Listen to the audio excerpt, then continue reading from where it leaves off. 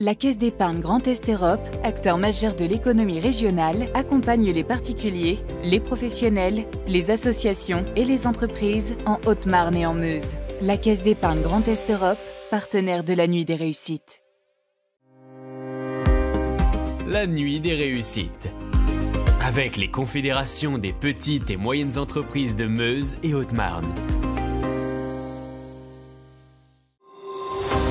L'agglomération Meuse Grand Sud, partenaire de l'émission La Nuit des Réussites.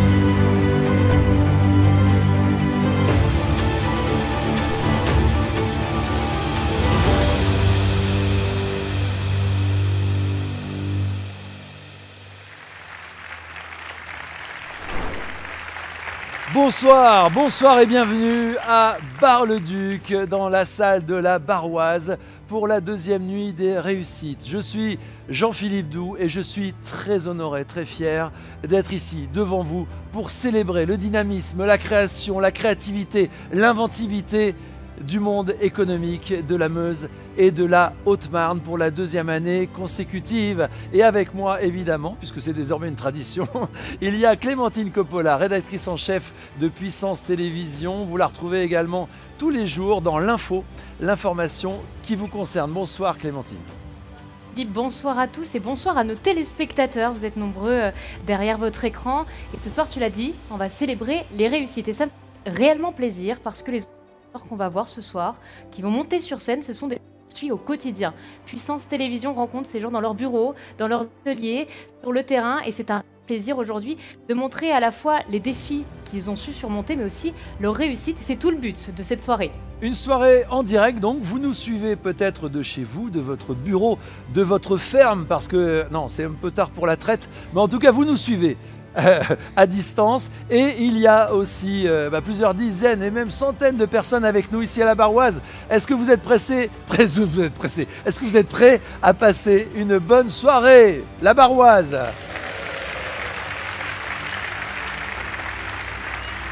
Et parmi ces spectateurs ici à Bar-le-Duc, il y a évidemment nos lauréats ce soir, des lauréats qui vont vivre un moment incroyable, et notamment grâce à deux hommes qui sont à l'origine de cet événement. Exactement, et donc pour les accueillir, on va appeler Richard Papazouglou, président de la Chambre de commerce et d'industrie Meuse-Haute-Marne, et Antoine Regnault, directeur général de Puissance Télévision. Je les invite à monter sur scène avec nous. Et on les applaudit. On peut les applaudir. Et ils nous rejoignent.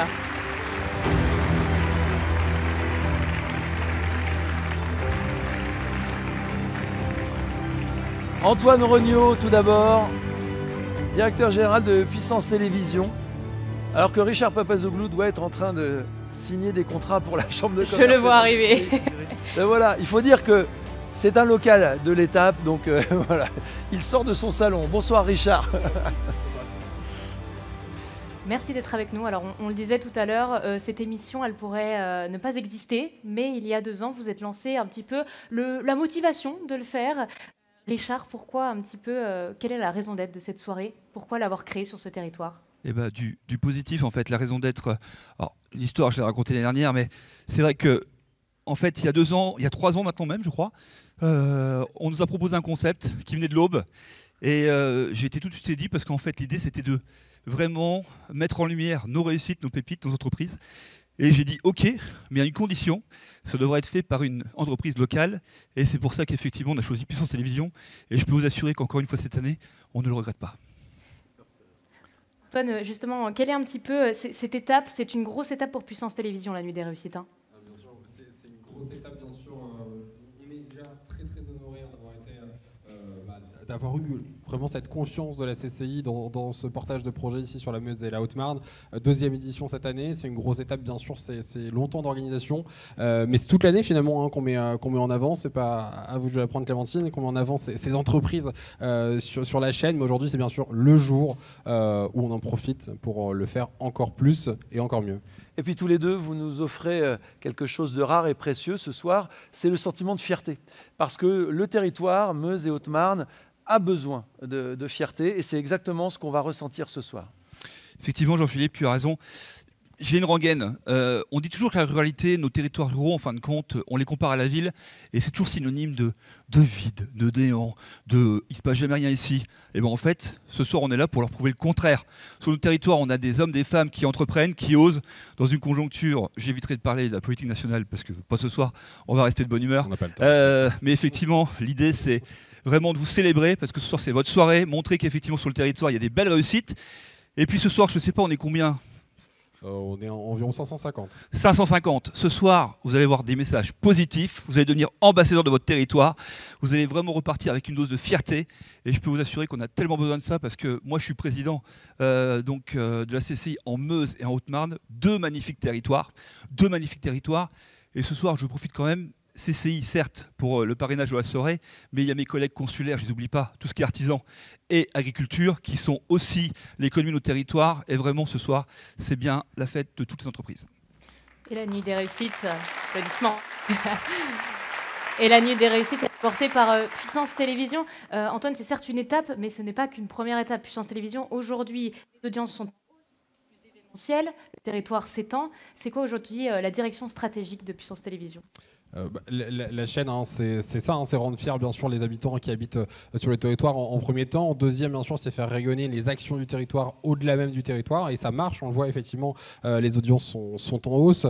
On a une année qui a encore battu des records. On fait beaucoup d'événementiels effectivement avec des gros rendez-vous sur lesquels effectivement Puissance Télévisions est présent. Je reviens juste sur effectivement ces partenaires très très importants. Bien sûr, les chambres consulaires qui répondent présents. Et merci beaucoup à vous et aux représentants dans la salle et qui viendront sur scène après. Et merci à tous ces partenaires qui, bien sûr, accompagnent privés et publics, qui accompagnent cet événement et qui nous accompagnent également toute l'année. Eh bien, merci beaucoup. Merci Antoine Rognot, merci Richard Papazoglou. Évidemment, on va vous revoir tout à l'heure sur scène parce qu'on a des trophées majeurs à présenter et ce sera avec vous. Merci de les applaudir une nouvelle fois. Eux qui sont à l'origine de cet événement. J'ajoute, en dehors de la télévision, Puissance TV, moi je m'en sers aussi sur les réseaux sociaux comme des alertes infos pour tout ce qui se passe sur notre territoire. Et donc ce soir, il se passe quelque chose d'essentiel. En fait, ce soir, nous allons mettre à l'honneur ceux qui sont trop peu dans l'année et pourtant, ils créent de l'emploi, ils créent de la richesse, ils reprennent des activités, ils entretiennent notre patrimoine, ils l'enrichissent.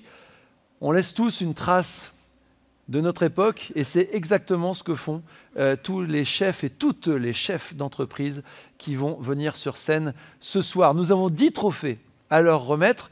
10 trophées, c'est un de plus que l'an dernier et il y a aussi plus de candidats cette année qu'en 2024, Clémentine. Exactement, 109 candidats cette année, 109 entreprises qui ont toqué à la porte de la nuit des réussites et qui ont déposé leur dossier de candidature. Mais avant de remettre ces trophées, il faut savoir comment ils sont fabriqués.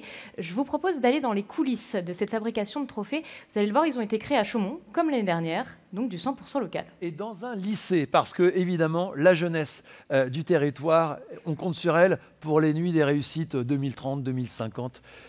Je ne sais pas si je serai là, alors, mais en tout cas, eux le seront. Regardez la création et les créateurs de ces trophées.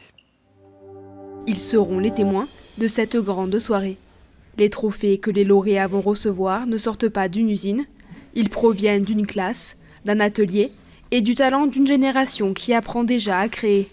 Depuis début septembre, les étudiants en métiers d'art et design du lycée Charles de Gaulle de Chaumont travaillent dans l'ombre pour donner naissance aux 9 récompenses qui seront remises lors de la nuit des réussites. Ici, dans cette salle, tout a commencé par une idée. Une simple ligne sur un papier et un cahier des charges exigeant transmis par Puissance Télévisions et la Chambre de commerce et d'industrie Meuse-Haute-Marne. Ces trophées 100% locaux devaient raconter quelque chose. Dans la commande, il s'agit bien sûr de récompenser des entreprises, des entrepreneurs, de montrer la force d'un territoire, de trouver une accroche aussi pour nos élèves qui soit stimulante pour aller vers de la création.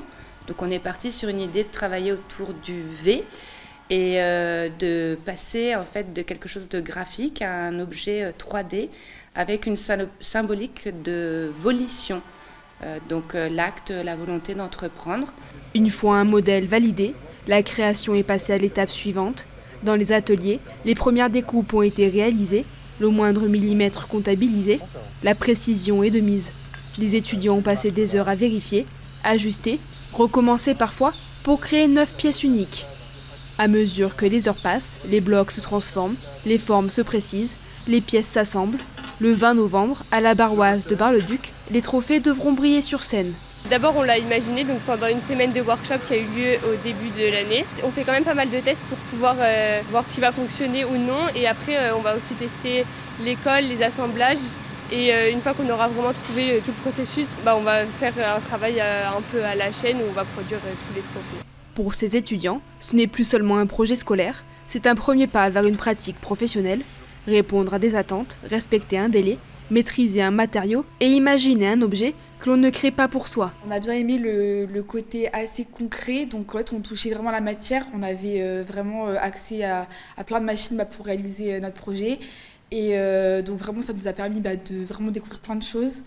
Après aussi le fait de voir le processus de réalisation entre les idées de base et voir ce qui est possible à faire réellement en technique, ça nous a beaucoup appris même sur comment réellement faire les choses et utiliser les machines et voir ce qui est possible ou non d'être fait. Et lorsque le dernier trophée est posé sur la table, prêt à partir, il porte en lui l'histoire de toutes ces heures de travail. Il raconte des idées, une identité, une ambition et garde en lui l'esprit même de la nuit des réussites, célébrer ceux qui font avancer notre territoire. Oui, on peut les applaudir, ces lycéens, les futurs artisans de talent du territoire. Alors ça y est, les trophées sont là, ils sont créés, la salle est là, c'est la Barroise à Bar-le-Duc, on est en direct, les caméras de Puissance Télévision sont là pour retransmettre chez vous cet événement. On a un public ici, est-ce que vous êtes prêts ? Le public a motivé. Le public sent qu'il y a une tension, un suspense, parce qu'on va remettre, ça y est, les 10 trophées. Et on commence avec le trophée de l'innovation.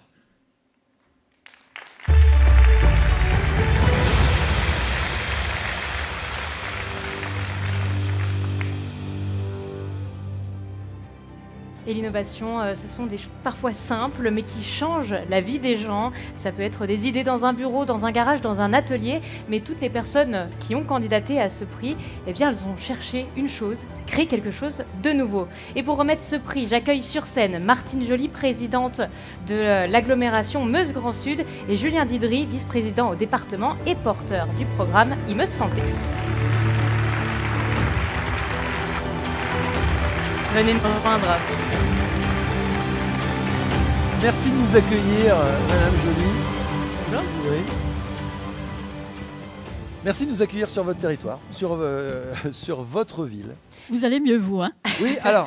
La voix a été retrouvée, effectivement. Bon, pour la petite histoire, j'étais ici samedi pour une grande soirée, d'ailleurs, de talent artistique, parce qu'il n'y a pas que les talents économiques.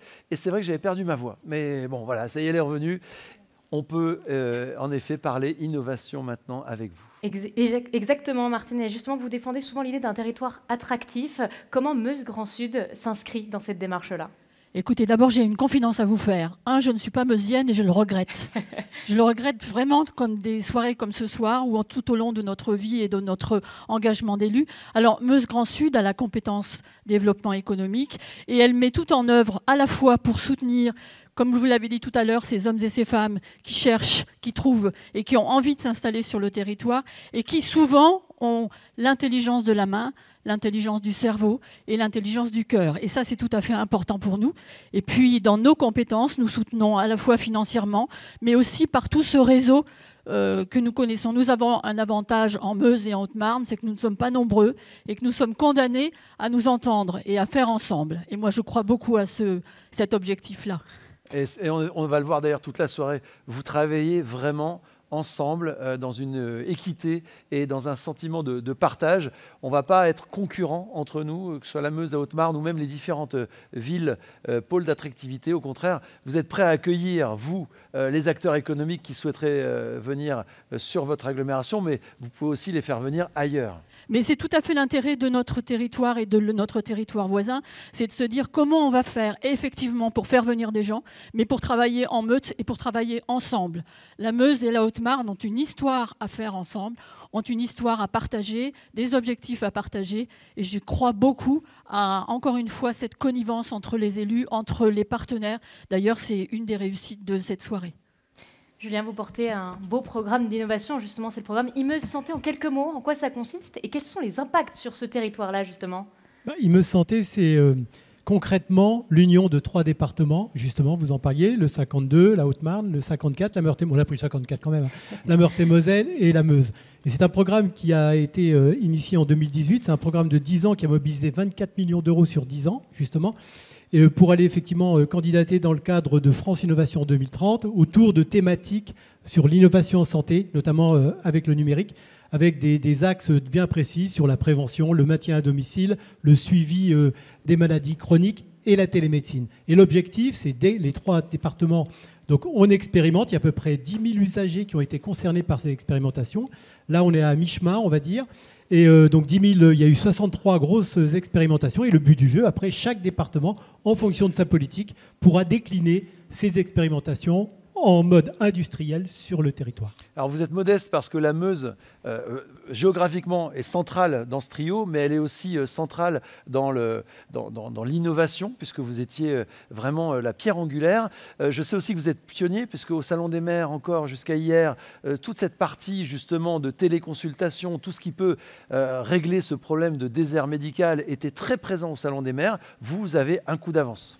On a un coup d'avance, alors on est modeste parce qu'on est politique, on fait attention, mais quelque part, on ne réglera pas les problèmes d'aujourd'hui et de demain avec des solutions d'hier.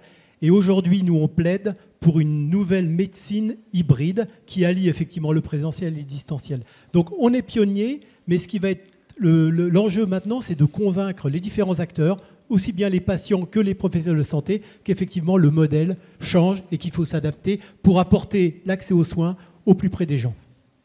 C'est parfait et je précise que les médecins, évidemment, ne sont pas à l'étranger. Les médecins sont sur le territoire. Ceux qui sont sur la plateforme, c'est important. C'est un modèle, effectivement, qui intègre les professionnels de santé locaux et de chaque côté de la téléconsultation, il y a des professionnels de santé. Et puisqu'on parle d'innovation, et là on est vraiment dedans, eh bien voici les nominés pour ce trophée de l'innovation. Trophée de l'innovation.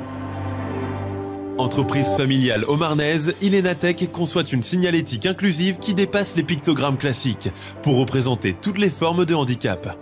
Engagée et inventive, elle associe design, sensibilisation et écologie et développe une application de géolocalisation des places PMR, preuve d'une innovation au service de l'accessibilité. Basée à Jonchery, près de Chaumont, Absalon Rhum produit des rhums arrangés artisanaux tout en innovant avec une méthode unique. L'immersion de cuvée au fond du lac de l'Allier. Cette technique offre un vieillissement inédit, mêlant savoir-faire local et expérimentation audacieuse. À Langres, C2M Electronics conçoit et répare des systèmes électroniques industriels, tout en innovant dans d'autres secteurs. En plus du rétrofit de machines, l'entreprise a développé des outils brevetés pour l'apiculture, illustrant une expertise agile et polyvalente au service de plusieurs univers professionnels. Dans la Meuse, le mémorial de Verdun allie mémoire et innovation grâce à une expérience immersive en réalité virtuelle à 360 degrés.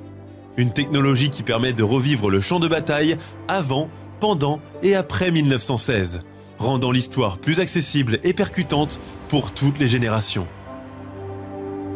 Installé à Sarray, en Haute-Marne, l'écrin blanc innove avec la production de lait de jument bio destiné à la cosmétique. Grâce à la lyophilisation, le lait conserve toutes ses propriétés dans des soins naturels haut de gamme, faisant de l'exploitation un pionnier de cette filière en France.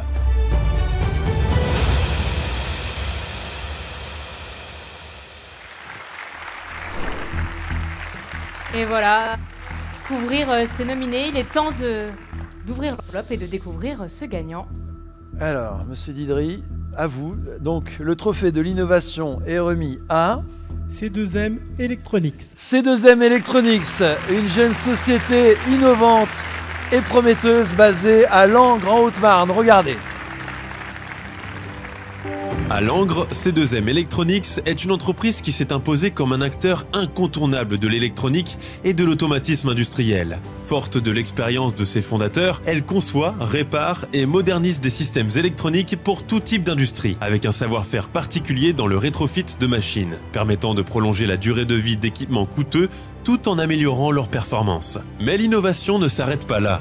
C2M Electronics se distingue aussi par sa capacité à sortir du cadre industriel traditionnel. L'entreprise a développé des outils entièrement brevetés pour le monde de l'apiculture, apportant des solutions techniques nouvelles à une filière en pleine mutation. Cette double expertise, industrielle et agricole, illustre parfaitement la polyvalence et l'agilité de C2M Electronics. Une entreprise capable d'imaginer, d'adapter et de créer des solutions électroniques sur mesure pour répondre aux défis très variés de ses clients.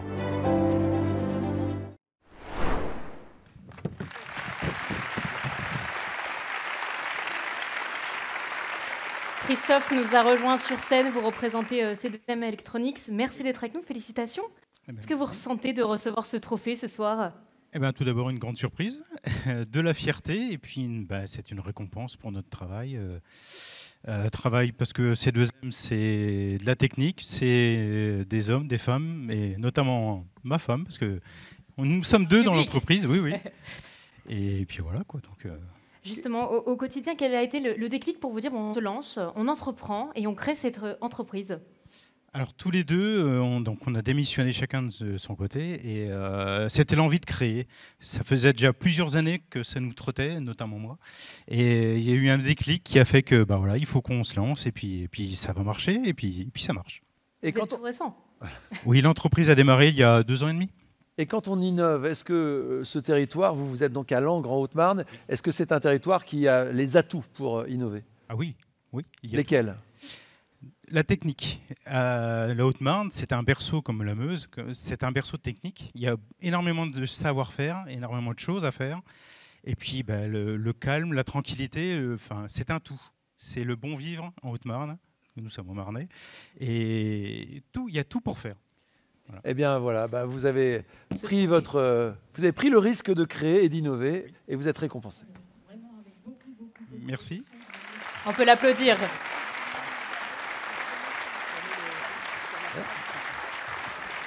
Et on vous donne. Et c'est vrai que quand on parle d'innovation, on peut aussi penser aux frères Michaud avec leur pédalier, c'était juste à côté, ou alors à Cugnot, à Commercy. Enfin, l'innovation a toujours été présente sur le territoire et vous continuez à l'inscrire. Madame Joly, vous aviez un mot à rajouter? Je suis un peu épatée par les ruches. Il va falloir que vous nous expliquiez ça un jour, on viendra vous voir. Parce que j'imagine avec une ruche avec une mini puce sur le dos et une abeille qui va butiner, que vous la faites revenir à la maison ou quelque chose comme ça. Les ruches connectées, c'est ce qui nous a fait connaître. Et ça fait partie de nos talents, entre l'automatisme et puis l'électronique. Voilà. Donc, eh bien, bravo. Merci et félicitations. Merci. Vous repartez avec le premier trophée de la soirée, le trophée de l'innovation. Eh bien, ça y est, la soirée est lancée. Déjà un trophée. Déjà un trophée. Et le deuxième trophée, c'est un trophée qui vous tient à cœur, Jean-Philippe. Oui, alors moi, je suis petit-fils d'agriculteur à Rambercourt, à quelques kilomètres d'ici. J'ai toute ma famille qui est justement dans ce monde rural, que ce soit à Stenay, à Issoncourt. Mon père habite dans un corps de ferme en Haute-Marne. Je suis né au milieu des vaches. À faim, c'est mon animal totem. J'ai vécu ce rythme des moissons, j'ai vécu ces moments joyeux et ces moments plus compliqués quand il fait ce temps-là. Je sais que c'est compliqué. Je connais aussi les contraintes. Je parlais tout à l'heure de l'heure de la traite. Voilà, toutes ces contraintes, elles existent. Ce sont ces contraintes qui rythment le quotidien des hommes et des femmes que nous allons célébrer maintenant avec le trophée du monde agricole.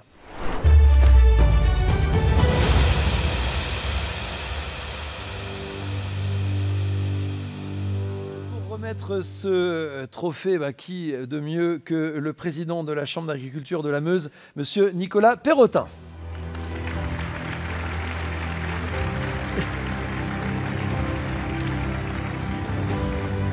Nicolas, bonsoir. Bonsoir. Vous êtes vous-même agriculteur, évidemment? Exactement. Vous êtes où? Vous êtes basé où? Forges-sur-Meuse. D'ailleurs, je fais la petite remarque, mais je suis venu samedi. Il y avait un talent de Forges-sur-Meuse. J'ai levé la main et vous ne m'avez pas vu. Ah mince. Je sais pas pourquoi. C'est réparé, ça y est, vous êtes avec nous pour parler de ce monde agricole. Le monde agricole, on le sait, c'est la base. C'est l'économie primaire de territoires comme la Meuse et la Haute-Marne. Sans eux, sans le monde agricole, l'économie perd tout un pan. Mais c'est un monde qui aujourd'hui fait face à des difficultés sanitaires, puisqu'on parle de la grippe aviaire, de la fièvre catarrhale. On parle aussi des problèmes du loup, de la cohabitation avec le loup. On en est où de tous ces problèmes? Comment on fait face à ces problèmes? J'ai envie de dire, on n'a pas le choix que d'avancer, et quand on ne veut pas rester dans la panade, il faut avancer. Et donc tous ces problèmes, effectivement, sont le lot du quotidien, mais je pense que ce qu'il faut avant tout rappeler, ce n'est pas qu'une question d'économie, l'agriculture, c'est aussi une question de souveraineté alimentaire, et on peut aussi parler de ce métier de manière extrêmement positive, parce que c'est un métier où on a comme plafond le ciel, on a des activités extrêmement diverses, et c'est un métier qui a du sens, parce qu'avant tout, je parlais de souveraineté alimentaire, mais on est là pour soigner, nourrir tous nos concitoyens, donc il y a une vraie noblesse dans l'action de conduire nos exploitations. Soigner, nourrir et aussi entretenir ce décor naturel qui nous entoure. En effet. Parce que évidemment, ce qui nous entoure, ce sont les paysages du monde agricole. Comment est-ce que vous, Chambre d'agriculture, vous les soutenez au quotidien, ces agriculteurs? Alors globalement, on a un accompagnement qui, alors déjà sur les deux points essentiels qui sont l'installation, c'est un moment extrêmement important. Et il est important d'y réfléchir et de s'attarder sur les conditions de cette installation jusqu'à la transmission. Et notre accompagnement vise à permettre aux exploitations d'être résilientes, puisque les exploitations agricoles, comme toute entreprise, doivent être multiperformantes.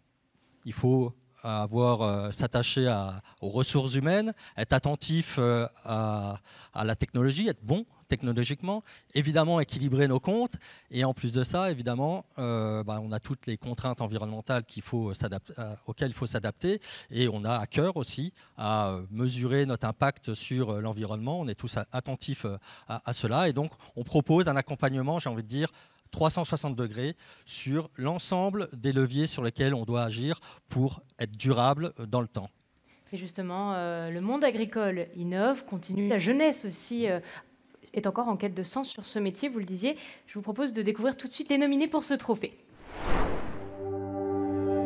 Trophée du monde agricole. Le domaine des Rubis, situé à Bunières dans la Haute-Marne, est une exploitation familiale où Johan et Charlotte cultivent 2,5 hectares de cassis et groseilles au cœur du parc national de Forêt. Leur innovation, vinifier la groseille comme un blanc et le cassis comme un rouge, créant des produits élégants et uniques. Entre savoir-faire local et technique moderne, le domaine incarne une agriculture fruitière audacieuse et artisanale. Citadelle et Terroir, connue à travers les pleurotes de Verdun, est une exploitation innovante installée au cœur de l'histoire de France, au sein de la citadelle souterraine de Verdun. L'exploitation produit des champignons de haute qualité, cultivés dans des conditions contrôlées et respectueuses de l'environnement. Récoltés à la main, ils sont ensuite transformés en produits gourmands, grâce à un savoir-faire précis et une production raisonnée. Les Copains à la Noix est un collectif d'agriculteurs lorrains qui a lancé une nouvelle filière noix en Meuse. Entre 2017 et 2021, ils ont planté près de 400 hectares de noyers et investi dans une unité de traitement à l'Île-en-Barrois. Leur ambition, produire une noix bio de haute qualité et donner à la Lorraine sa propre filière noix. À Robert-Espagne, dans la Meuse, le ARL de la Sceaux est une exploitation familiale qui a créé une truffière au cœur de la ferme céréalière. 9 ans de patience ont enfin permis de récolter les premières truffes, cultivées en agroforesterie pour préserver sol et biodiversité. En circuit court, elle collabore avec artisans et restaurateurs pour valoriser une production locale, durable et d'exception. Dans le secteur de poissons, le domaine viticole Les Ouvrés de Mellaire fait renaître une tradition de vin longtemps oubliée. Installé sur un terroir argilo-calcaire, autrefois riche de centaines d'hectares de vignes, le domaine replante, cultive et vinifie pinot noir, chardonnay et cépages anciens. Une viticulture raisonnée qui redonne vie à un patrimoine viticole disparu et révèle à nouveau le potentiel de ce terroir haut-marnais.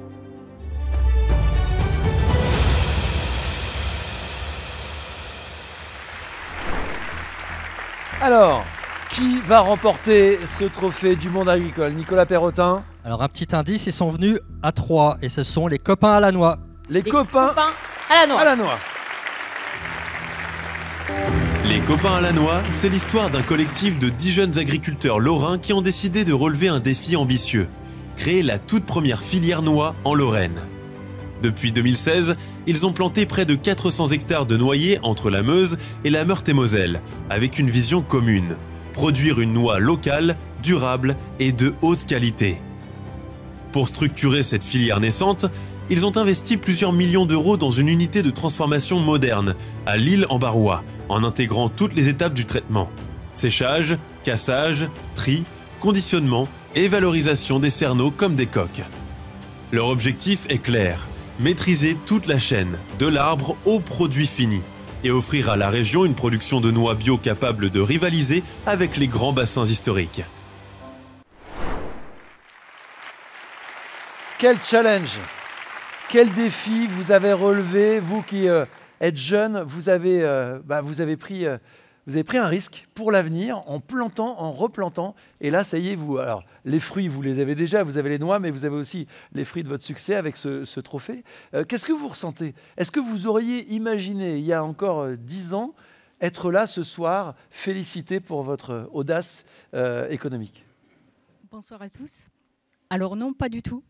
Je ne m'y attendais pas et je pense que mes collègues non plus. Mais on a beaucoup de fierté et d'étonnement aussi de recevoir ce prix parce que bon, on est des copains à la noix. Et copains et copines, hein? Oui. Vous êtes la seule femme des 10? Non, il y en a 2 autres. 2, d'accord. 8 hommes, 2 femmes. Et du coup, on est fiers et surpris parce qu'on a monté ça ensemble sans vraiment se poser de questions. Et on ne pensait pas que ça prendrait cette ampleur et on est ravis. 400 hectares replantés de noyers, c'est incroyable parce que ça veut dire qu'il y a un investissement. Il faut combien de temps entre le moment où on plante et le moment où on a des fruits, des noix? À peu près 8 ans.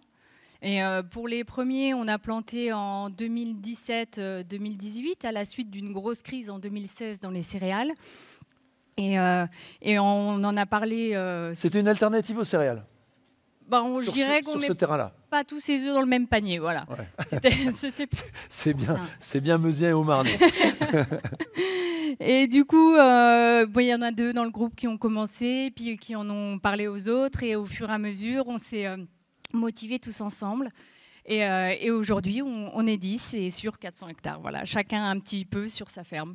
Et à quoi ressemble une noix meusienne? Enfin, meusienne et meurthe-et-mosellane, parce que je sais que vous débordez un peu sur la Meurthe-et-Moselle. Oui, moi je suis de Meurthe-et-Moselle, voilà. en l'occurrence. À quoi elle ressemble, cette noix de notre territoire? Elle est très belle.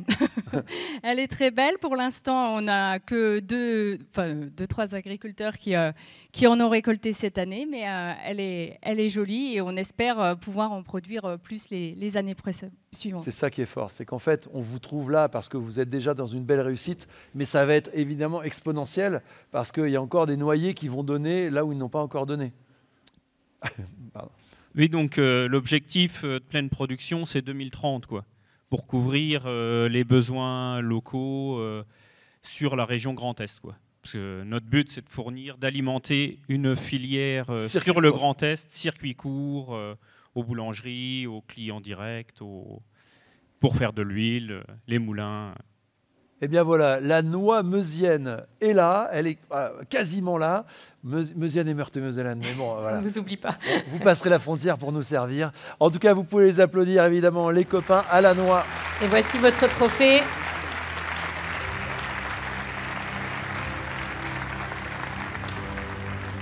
Voilà, la photo avec Monsieur Perrotin. Très bien, merci. Merci à vous. Bravo. Et on a hâte de la goûter, cette noix meusienne. Et félicitations. Merci, félicitations. Merci à vous en tout cas. Ils veulent plus partir. Tous les jeudis sur Puissance Télévision, un jeudi sur deux, pardon, vous retrouvez Locaux. C'est une émission qui vous propose de découvrir les entreprises et notamment les artisans, puisque l'artisanat, c'est une des richesses de notre territoire, Clémentine. Exactement, et c'est donc le prochain trophée, le trophée de l'artisanat.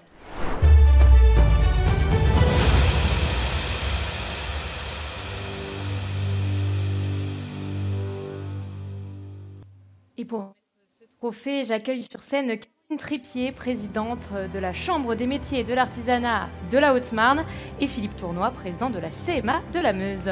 On peut les applaudir.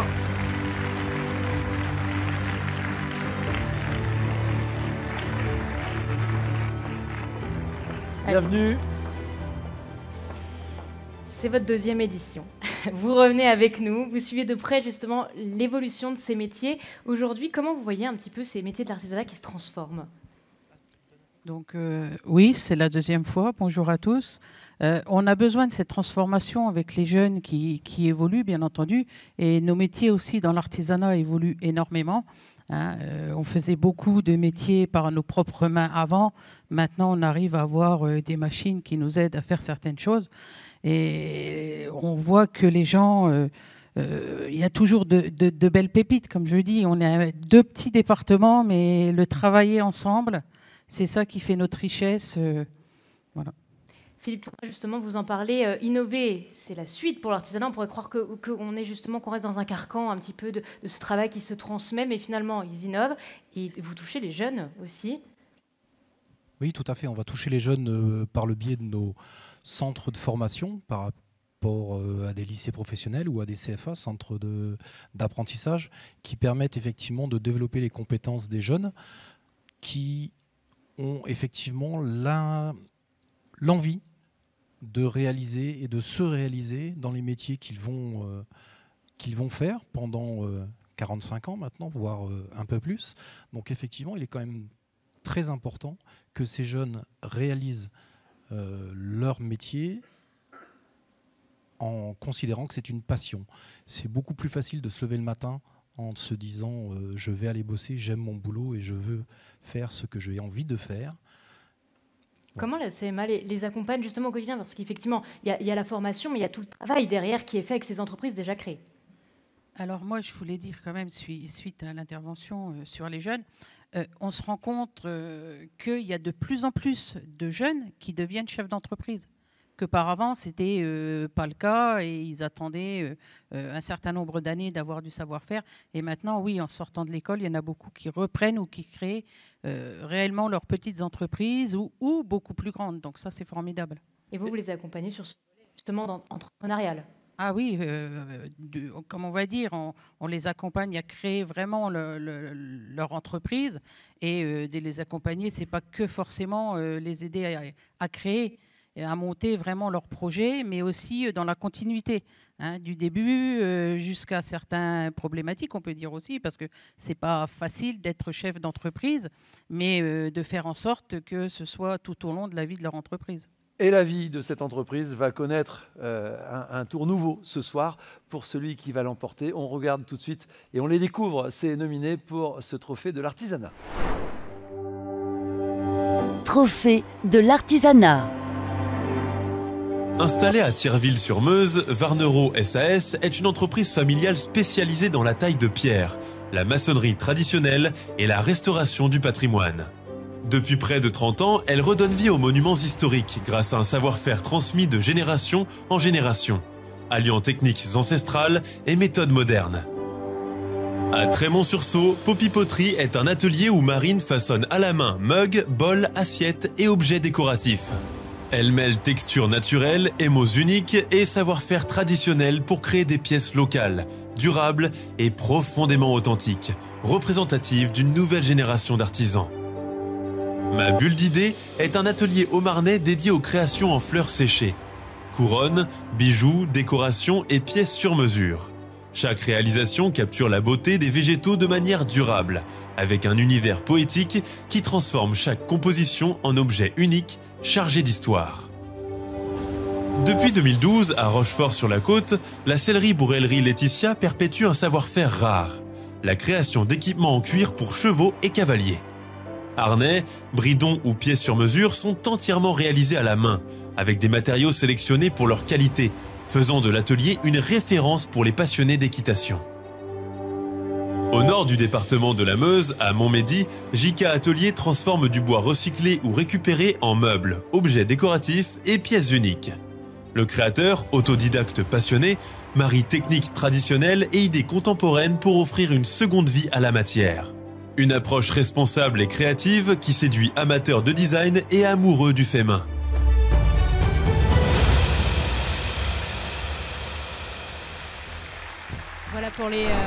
Voilà pour les nominés. Je change de micro pour qu'on m'entende mieux. Et justement, je vous propose de nous annoncer le ou la gagnante. Le trophée de l'artisanat.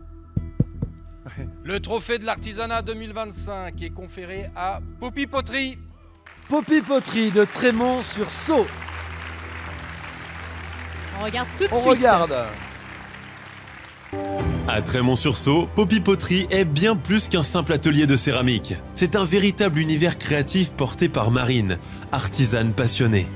Ici, chaque pièce est façonnée à la main, en grès, avec patience et précision. Mugs, bols, assiettes, vases ou objets décoratifs, tout est imaginé, tourné, émaillé et cuit sur place, dans un esprit profondément artisanal. Marine travaille les textures naturelles, crée ses propres émaux et joue avec les nuances pour donner naissance à des pièces uniques, authentiques, où l'imperfection devient une signature. Poppy Poterie incarne une nouvelle génération d'artisans attachés au local, au durable et au fait main, en privilégiant les petites séries et les créations personnalisées. Son atelier meusien est aujourd'hui reconnu pour son style poétique, contemporain et chaleureux, où chaque objet raconte une histoire et donne une âme au quotidien.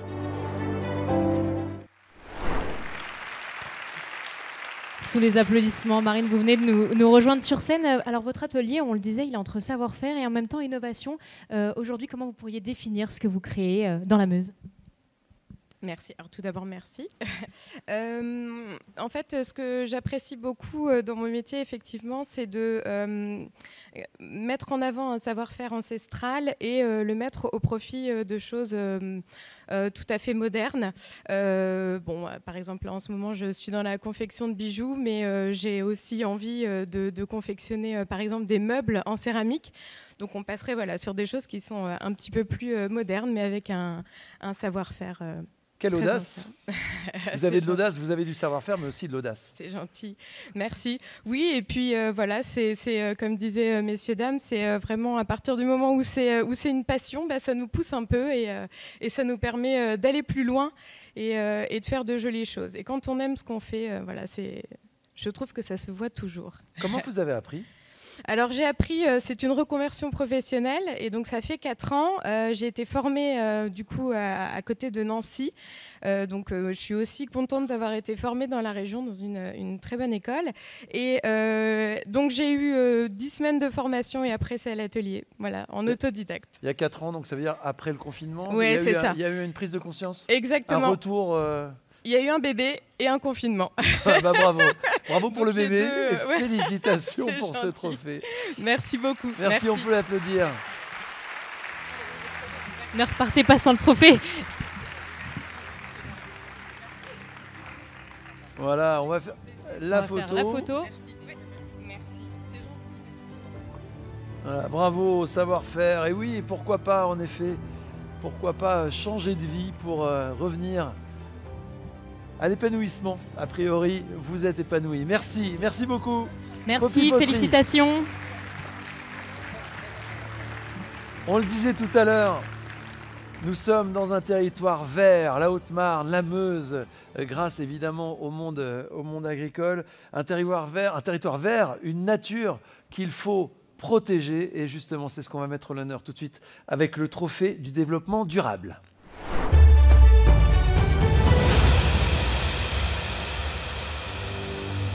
Remettre ce trophée du développement durable, j'appelle sur scène Frédéric Coste, directeur territoire Lorraine Sud et Haute-Marne chez Veolia, et Marc Poinsignon, directeur développement économique Meuse Haute-Marne chez EDF. Bonsoir.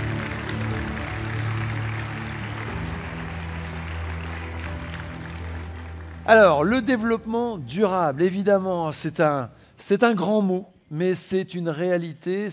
Il y a des contraintes légales, il y a aussi évidemment une envie pour tous les citoyens de conserver, de protéger la planète pour nous et pour les générations futures. Comment est-ce que vous les accompagnez au quotidien ? Alors au quotidien et concrètement, on a vraiment des exemples sur le département de la Haute-Marne et de la Meuse. Et je dirais même que ce sont des départements plutôt pionniers. Ils ont pris conscience, ces deux départements, à travers leur collectivité ou leur entreprise, de la rareté et de la préciosité de l'eau. À tel point, par exemple, à titre concret et d'exemple, qu'à Chaumont, c'est la première unité de réutilisation des eaux usées traitées en sortie d'épuration pour des usages de balayage de rue, de nettoyage de canalisation. Ça a valeur de test au niveau national ? Ça se développe, mais le département et la communauté d'agglomération de Chaumont a été vraiment précurseur dans le domaine. Sur l'agglomération de Verdun, par exemple, ils sont vraiment en tête des économies d'eau par des mesures incitatives. Et le groupe Veolia, qui est un groupe mondial, certes, mais c'est surtout un groupe local avec des implantations locales. Sur les deux départements, nous avons 5 agences, donc vraiment une présence forte pour accompagner les collectivités et bien sûr accompagner les entreprises, puisque le challenge, il est du côté domestique et du côté industriel. J'imagine qu'on a les mêmes préoccupations chez EDF. Absolument. Et, en tout cas, déjà, moi, je me réjouis de remettre ce trophée du développement durable avec Veolia, représenté par Frédéric Coste, puisque je pense qu'on partage globalement des valeurs et des convictions communes en matière de durabilité. Et j'ai envie de dire que EDF est très, très fier de remettre ce trophée pour au moins 3 raisons. La première, des raisons qui finalement sont en quelque sorte l'évidence. La première de ces raisons, c'est la raison d'être. Le développement durable est dans l'ADN d'EDF. La deuxième raison, c'est l'ancrage territorial, à l'instar de Veolia. On a développé depuis une quinzaine d'années un pôle de développement de maintenance et de logistique nucléaire dans nos territoires, et on va continuer. Et la troisième raison, c'est une raison qui est liée à notre électricité.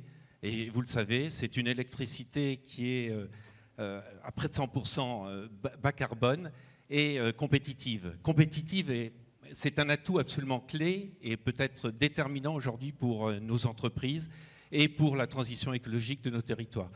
Et si vous me permettez, je vais rajouter une 4e raison.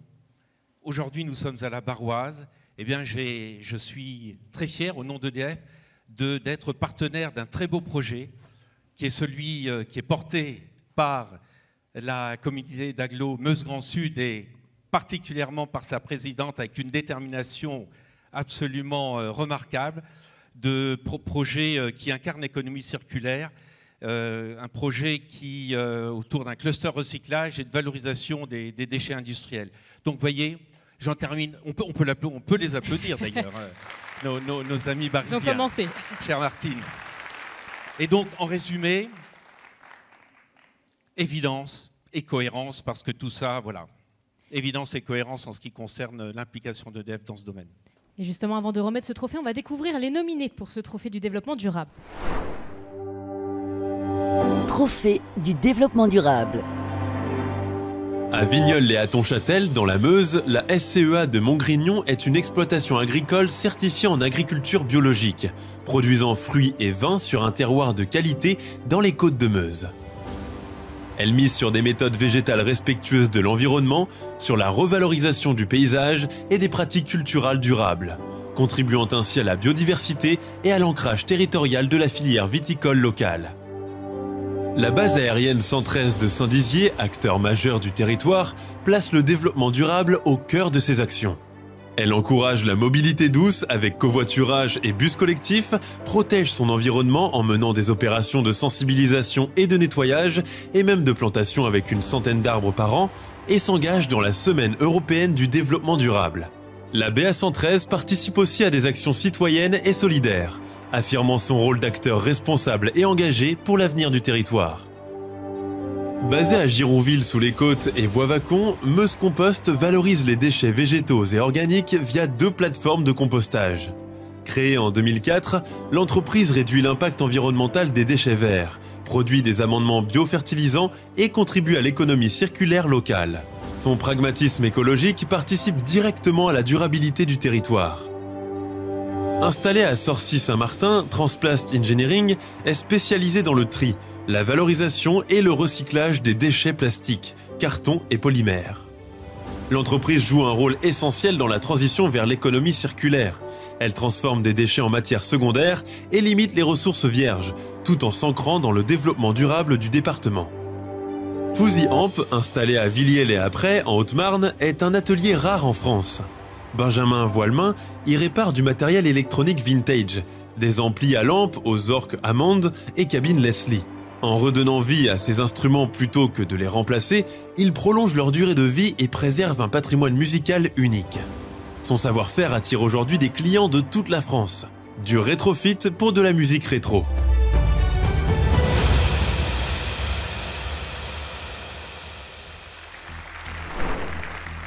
Qui va remporter ce trophée du développement durable? Eh bien, j'ai le grand plaisir de vous annoncer que le trophée du développement durable est conféré à Transplast Engineering.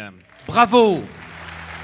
Transplast Engineering, implanté à Sorcy-Saint-Martin dans la Meuse, est un acteur clé de l'économie circulaire sur le territoire national. Spécialisé dans le tri, la valorisation et le recyclage des déchets plastiques, cartons et polymères, l'entreprise transforme chaque année des tonnes de matières initialement destinées à l'enfouissement en des ressources réutilisables pour l'industrie. Grâce à des équipements performants et à un savoir-faire technique éprouvé, Transplast Engineering produit des granulés et matières secondaires qui remplacent la matière vierge, réduisant ainsi l'impact environnemental de nombreuses filières industrielles. L'entreprise joue un rôle essentiel dans la transition écologique. Elle limite les déchets, réduit les émissions liées à la production de nouveaux plastiques et participe activement à la structuration d'une filière de recyclage locale. En s'appuyant sur l'innovation, la maîtrise technique et un ancrage territorial fort, Transplast Engineering démontre chaque jour qu'un modèle industriel durable, responsable et circulaire est non seulement possible, mais indispensable pour l'avenir de la Meuse. Pour ses dirigeants, aucune matière n'est pas valorisée. Et le dirigeant, le voici, William, qui va recevoir ce trophée. Alors dites-nous en plus, parce que déjà, merci, parce que grâce à vous, on voit un petit peu les coulisses. C'est-à-dire que nous, alors je ne sais pas si ce sont des particuliers qui vous fournissent le plastique, mais on nous dit toujours la poubelle jaune, etc. On le fait par citoyenneté, par civisme, mais on ne sait pas ce qui se passe derrière. Alors qui vous fournit ces plastiques? Tout d'abord, bonsoir et merci. On est vraiment très surpris, Dorian et moi, mon ingénieur process qui m'accompagne depuis 1 an sur ce projet. Nous, ça fait 4 ans qu'on a repris cette entreprise. Alors, ce ne sont pas les particuliers qui nous fournissent en fait, les déchets. On traite 600 tonnes par mois, donc vous vous rendez compte que ça ne serait pas suffisant. Ce sont quoi, des transporteurs? Ce sont plutôt des bases logistiques qui ont cette problématique de déchets à gérer et sur lesquelles nous, on va se positionner pour faire une reprise. Derrière, on aura une recette de matière qui permettra en fait, d'être livrée chez des plasturgistes qui vont refaire du film. Donc là, on rentre vraiment dans la partie en fait, je dirais, de l'économie circulaire, de la loi AGEC, où on intègre en fait du plastique recyclé dans les produits qui sont remis sur le marché. Alors on a vu sur les images de PTV là, beaucoup de plastique, mais vraiment beaucoup de plastique. Est-ce que 100% du plastique qu'on a vu est recyclé? Exactement. Là, on peut vous 100%. confirmer que 100% est recyclé. On a un tout petit peu de DIB pour aller chez Veolia, bien sûr, mais... Alors, DIB, pardon, mais je... déchets industriels banals, c'est-à-dire que... Je n'ai pas fait plastique en les deux. Désolé, oui. Donc, okay, il reste un petit peu de déchets. Il reste un petit peu de déchets parce qu'en fait, on vient trier manuellement les produits. On intègre de l'intelligence artificielle, donc ça, c'est les développements futurs, pour pouvoir véritablement avoir la qualité de nos produits en fait, garantie chez nos clients. Et on est en circuit court. 100% de mes produits sont transformés ensuite chez des plasturgistes français. Et donc vous êtes à Sorcy-Saint-Martin, à côté de Commercy. Est-ce que, alors je le vois sur une carte et je me dis oui, en fait c'est un axe parfait. Vous êtes justement pour faire venir et repartir la matière. Exactement, c'est-à-dire qu'en termes de logistique, en fait, on est vraiment très bien placé. On est sur un axe en fait du Grand Est où on est capable de faire venir des produits. Alors, on ne vient pas faire venir des produits de Bordeaux, hein, parce qu'on est quand même dans la partie circuit court sur nos activités et on y tient. Mais vous vous êtes posé, quand vous avez repris la société, vous vous êtes posé la question du territoire. Exact. Alors ? Ah oui, alors, moi je suis tombé amoureux de la Meuse. Donc, vous n'êtes pas de la Meuse au départ? Je ne suis pas de la Meuse, en fait, mais vraiment j'y passe tout mon temps, on va dire. Peut-être un peu trop pour ma femme, mais parce qu'en fait je viens d'Alsace. Mais en fait je suis du lundi au vendredi et voire souvent le dimanche en fait, en Meuse. En fait. Et donc c'est un territoire qui est parfait pour votre activité? C'est un territoire magnifique, on le sous-estime, je ne le connaissais pas. Et comme disait la présidente d'Aglo, en fait, je peux regretter de ne pas être meusien. Eh bien, merci, merci. Ce sont des paroles qui vont toucher nos spectateurs et téléspectateurs. Voilà, voici ce trophée avec votre ingénieur. Bravo.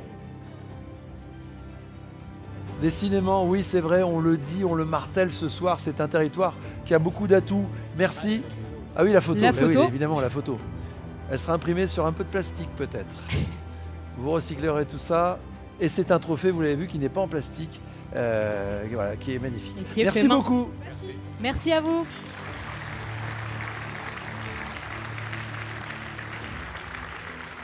Et Clémentine, ce soir, nous avons de nombreux trophées et un trophée très particulier.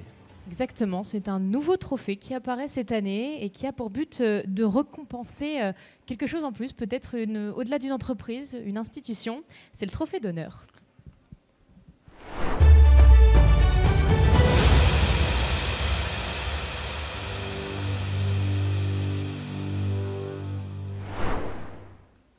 Et cette récompense, elle a été impulsée par le jury. Et donc, quoi de mieux pour la remettre que d'accueillir le président du jury de la Nuit des Réussites, Richard Papazoglu. Richard Papazoglu, président de la Chambre de commerce et d'industrie de la Meuse et de la Haute-Marne. Avec Clémentine, vous parliez d'institution. Voici une institution avec nous.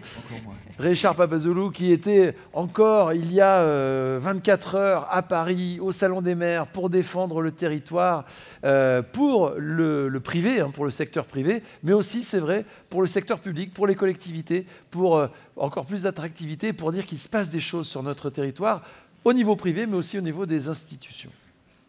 C'est vrai, c'est un écosystème, hein. Chacun a une partition à jouer, et un territoire, il est plus fort ensemble, hein. C'est un collectif. Et effectivement, les rôles, enfin, mon rôle à moi en tant que président de CCI, mais aussi de toutes les associations patronales, des collectivités, de nos parlementaires, effectivement, c'est d'aller vendre la Meuse et la Haute-Marne au national, et on essaie de le faire avec humilité. Pourquoi avoir mis en place ce trophée cette année, cette nouveauté? En fait, c'est un vrai trophée coup de cœur. En fait, on a la chance en Meuse et Haute-Marne d'avoir... je ne peux pas encore dire quoi, qui? Non, encore. On garde un peu de suspense. Voilà, je vais essayer de broder autour. Effectivement, d'avoir cette entité qui est une vraie chance pour le territoire, qui génère beaucoup d'emplois, qui est un vrai soutien à l'économie et qui aussi appartient au territoire en termes d'identité. Je ne peux pas en dire plus pour l'instant. Si j'en donne trop, ça marche. Alors, plus. Je spoil. Les mains sur le buzzer, c'est un grand quiz. Qui va remporter ce trophée? Je pense qu'on va dévoiler sans le plus gagnant. Attendre le gagnant. Richard? J'y vais? Allez-y. Bon. Eh bien, écoutez, j'ai envie de vous dire, colonel, mon colonel, on voulait un trophée coup de cœur d'honneur pour l'ABA 113. La base aérienne 113 à Saint-Dizier. Et à Saint-Dizier, pour le coup, vous le rappeliez, j'y vis, j'y travaille. Et ces rafales, on les entend, ça fait aussi partie de l'ADN du territoire.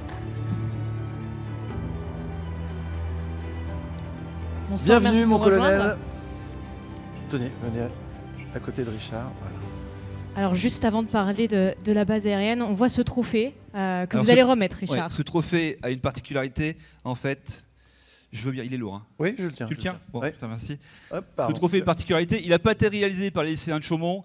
Non, il a été réalisé sur mesure par une entreprise donc du CRU, par Pat Giver, qui nous a fait un travail vraiment remarquable pour symboliser, effectivement, pour symboliser tout l'attachement du territoire pour la BA 113, pour ses militaires.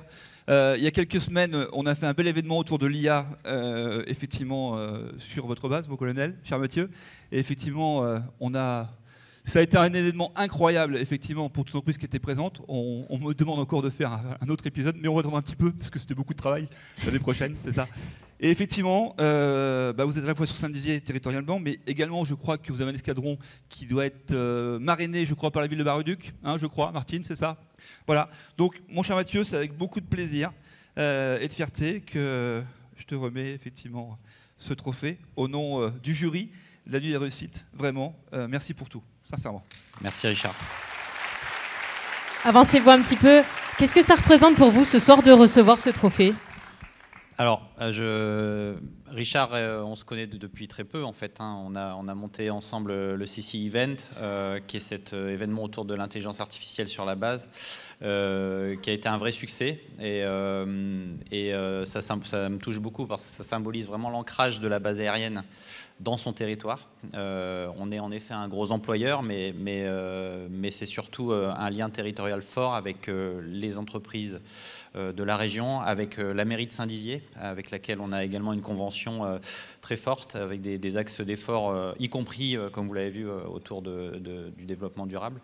Et nos militaires, nos civils, puisqu'on a aussi beaucoup de civils qui travaillent sur la base, sont très attachés à leur communauté, leur collectivité, les communes qu'ils habitent. Ils s'investissent dans beaucoup d'associations et ils ont des conjoints qui travaillent. On a des réservistes qui ont des contrats de réserve et qui viennent travailler sur la base, venant certainement de certaines de vos entreprises. Donc voilà, ce lien, il est permanent, il est quotidien et ouais, je suis très fier de recevoir ce trophée ce soir.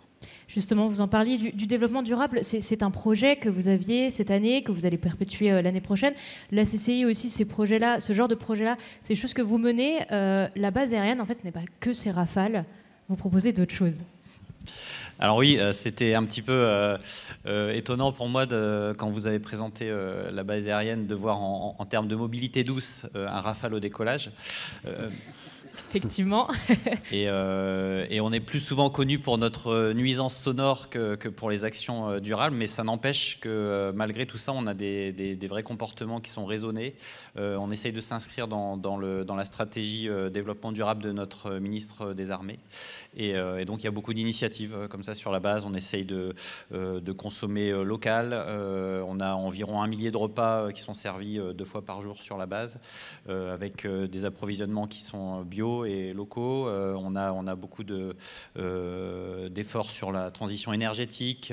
Voilà, donc on a environ 1 million d'euros d'investissement chaque année sur la transition énergétique. Ça, c'est pas forcément très connu, mais on essaye de faire cet effort-là.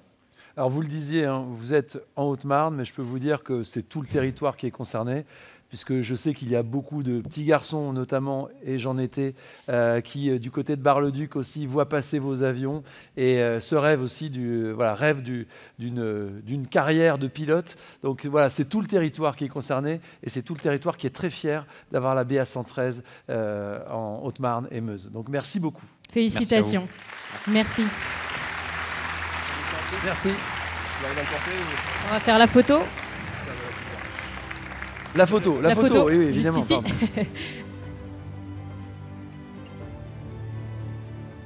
On avait Maverick, on a maintenant Richard Popès-Degoulou. Merci beaucoup. Merci mon colonel. Merci à vous. On est toujours en direct de Bar-le-Duc dans la salle de la Barroise. Est-ce que vous passez une bonne soirée ?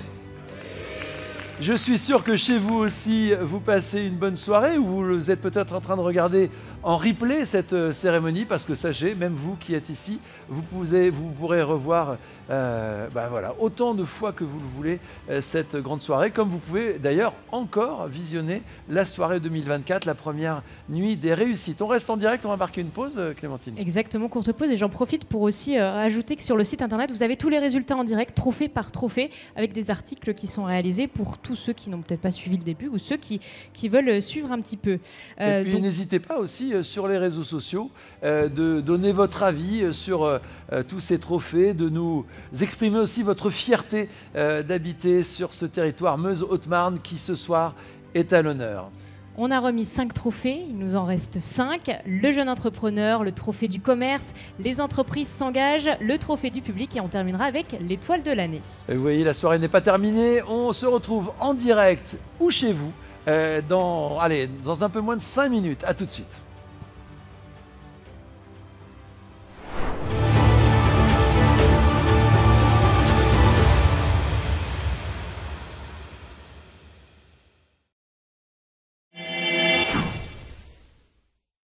La Caisse d'épargne Grand Est Europe, acteur majeur de l'économie régionale, accompagne les particuliers, les professionnels, les associations et les entreprises en Haute-Marne et en Meuse. La Caisse d'épargne Grand Est Europe, partenaire de la Nuit des Réussites. La Nuit des Réussites. Avec les confédérations des petites et moyennes entreprises de Meuse et Haute-Marne. L'agglomération Meuse Grand Sud, partenaire de l'émission La Nuit des Réussites.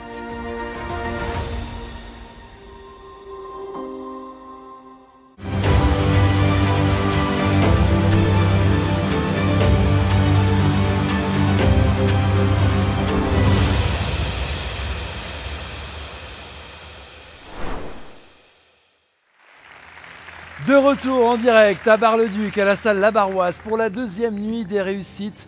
Une soirée qui est maintenant le plus grand rendez-vous économique du territoire Meuse-Haute-Marne chaque année, avec des trophées qui mettent à l'honneur les hommes, les femmes, les entreprises qui créent, qui embauchent, qui innovent, qui nous rendent fiers d'habiter en Meuse et en Haute-Marne. Et Clémentine, on a déjà remis 5 trophées et ce n'est pas fini. Exactement, on en est pile à la moitié, il nous en reste 5 et on passe tout de suite au prochain, le trophée du jeune entrepreneur.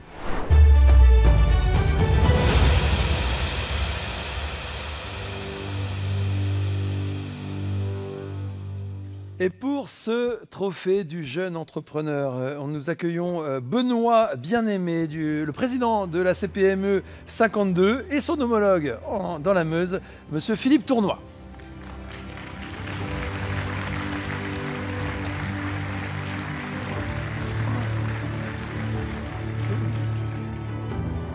Voilà, Philippe Tournois qui revient, on l'a vu tout à l'heure déjà. Donc Benoît est un peu long à maquiller, donc il va arriver. Il n'a jamais aussi bien porté son nom. Voilà, Benoît Bien-Aimé qui va venir, c'est votre homologue donc en Haute-Marne. Vous êtes donc le président de la CPME 55. Les jeunes entrepreneurs, j'imagine qu'on les souhaite, qu'on les désire quand on est président de la CPME. Est-ce qu'ils sont là, les jeunes entrepreneurs sur le territoire ? Ils sont là, dans les 2 départements, effectivement.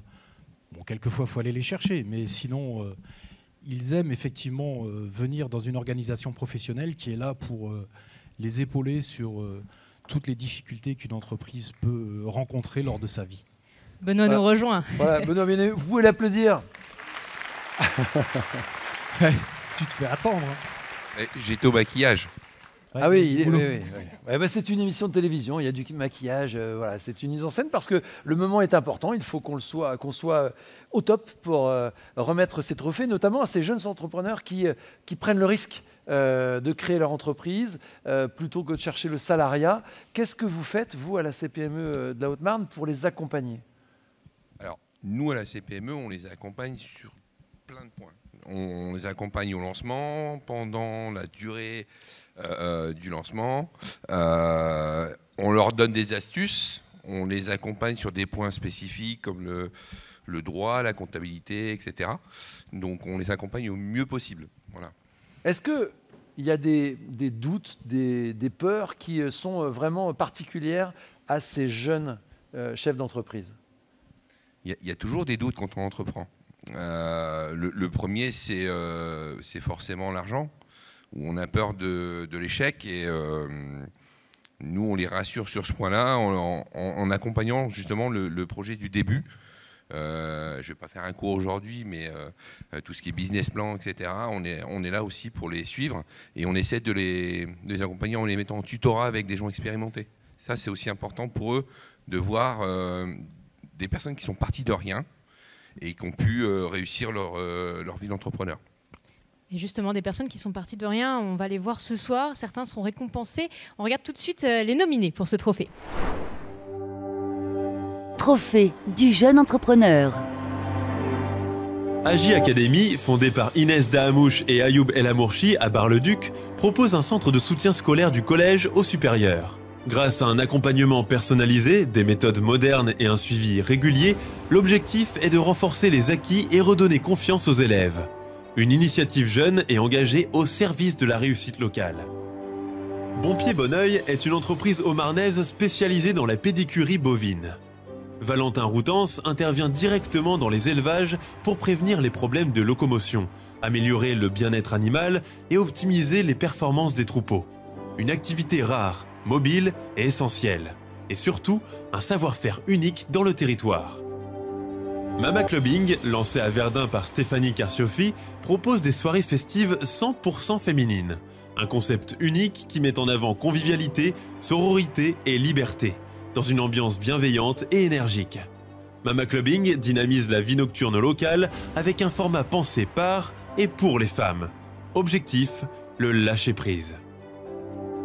Le village des Fées, à Vigneault, près de Commercy, offre des hébergements insolites au cœur de la nature. Cabanes, tiny house et univers féerique. Le lieu mise sur la déconnexion, le tourisme durable et l'expérience immersive. Une parenthèse enchantée qui attire familles et visiteurs en quête d'originalité et de ressourcement. L'établissement Fior, père et fils, fondé en 1958 à Longeville-sur-la-Laine, est une entreprise reconnue en maçonnerie, voirie et gros œuvres. Reprise il y a 6 mois par Bastien Fior, jeune dirigeant, elle connaît un nouvel élan. Transfert du siège à Saint-Dizier, modernisation de la communication et premiers engagements RSE, notamment autour du handicap dans les travaux publics. Une transmission réussie qui permet à cette PME de moderniser ses pratiques tout en préservant son savoir-faire historique.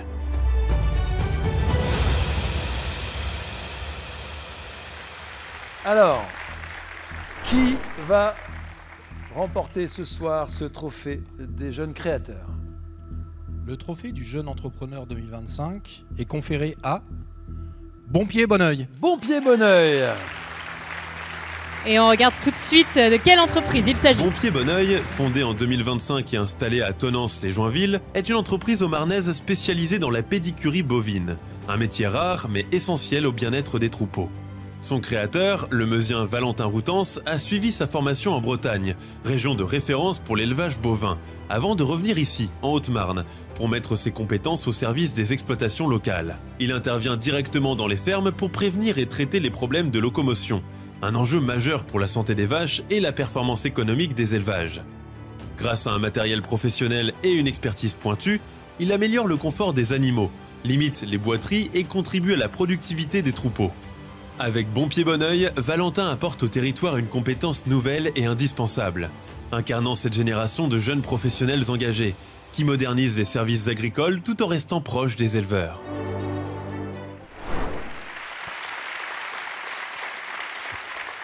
Le voilà, Valentin, le meilleur ami des vaches. Quand on dit jeune entrepreneur, en fait là, c'est très jeune, parce que vous avez créé votre société au début de l'année. Oui, au 15 novembre 2024.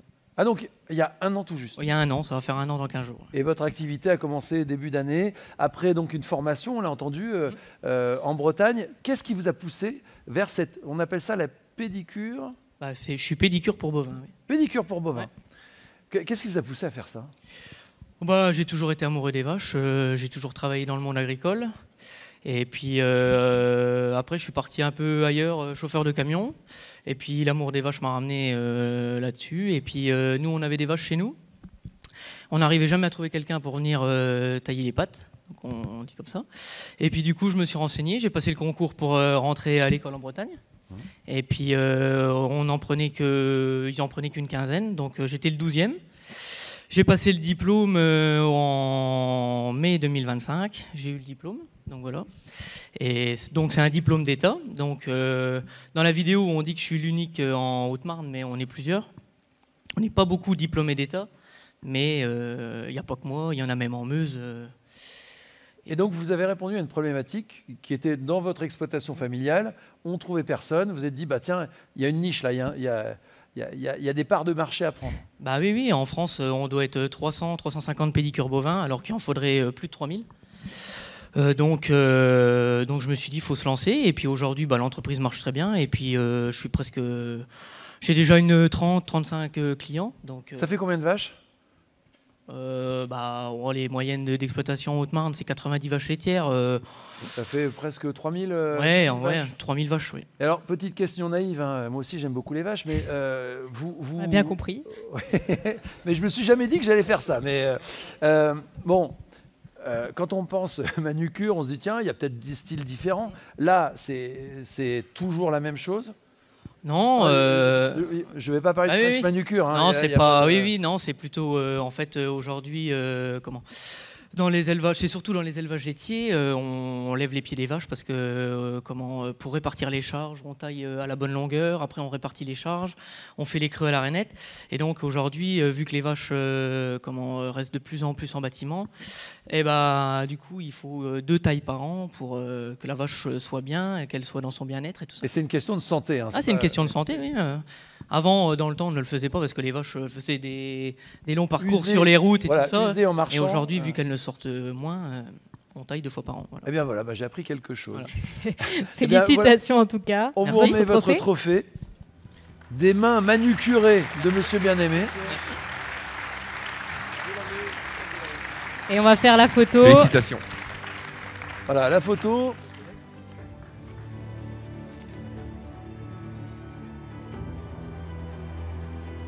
Et voilà, merci, bravo, et puis bravo d'avoir pris ce risque de créer votre entreprise. Merci à vous. Merci Valentin.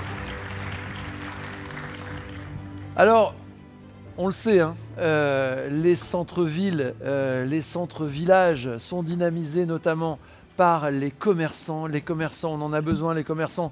C'est compliqué d'être commerçant, je sais de quoi je parle. C'est compliqué parce qu'il y a des concurrences qui viennent parfois de l'autre bout du monde, mais nous sommes là. Je me souviens quand j'étais petit, à Bar-le-Duc, j'avais un autocollant sur mon portefeuille, c'était « J'habite en Meuse, j'achète en Meuse ». C'était une façon pour les Meusiens de défendre leurs commerçants. Eh bien, on va les défendre, on va les mettre à l'honneur tout de suite avec le trophée du commerce.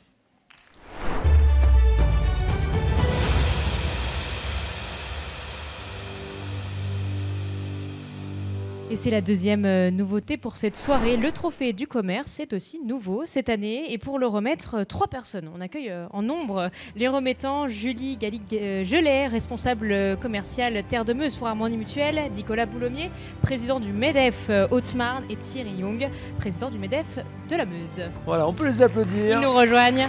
Harmonie Mutuelle, le MEDEF 55, le MEDEF 52.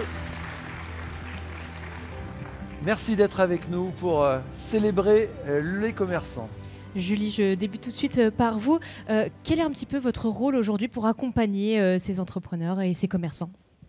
Alors, on a développé des actes de prévention, des bagages, comme on pourrait le dire, pour accompagner les entrepreneurs dans leur démarche au quotidien avec soit les salariés, s'il y en a, soit leur propre rôle de chef d'entreprise pour effectivement des démarches d'éco-santé, de prévention au quotidien et de bien-être en entreprise. Et le MEDEF soutient aussi ces commerçants. Quelles sont un peu les principales actions ? Alors, soit la Meuse, soit la Haute-Marne. Monsieur Young, peut-être, pour la Meuse. En fait, c'est moi qui ai le micro, donc il n'a pas trop le choix. Donc c'est vous qui allez parler. Mais on va le partager, on partage tout aussi. Non. On est en Meuse, et donc je garde le micro. Et justement, comment vous accompagnez un petit peu ces commerces meusiens ? En fait, ça me fait plaisir de remettre un trophée commerce, parce que ce n'est pas l'image qu'habituellement le MEDEF a. On a souvent une image du MEDEF, grandes entreprises, voire très grosses entreprises, et en fait on a énormément d'adhérents MEDEF qui sont des commerçants ou des petites entreprises, donc ça me fait plaisir d'être là pour remettre ce trophée commerce. Comment vous les suivez justement, ces plus petites entreprises ou ces commerçants ? On les suit de la même manière que les autres entreprises, hein, c'est-à-dire qu'on est là pour les accompagner dans leur création et ensuite dans leur développement. Et dans un développement qui est parfois compliqué, peut-être que vous voulez répondre... développement compliqué avec des fois... Nicolas Boulomier du MEDEF Haute-Marne.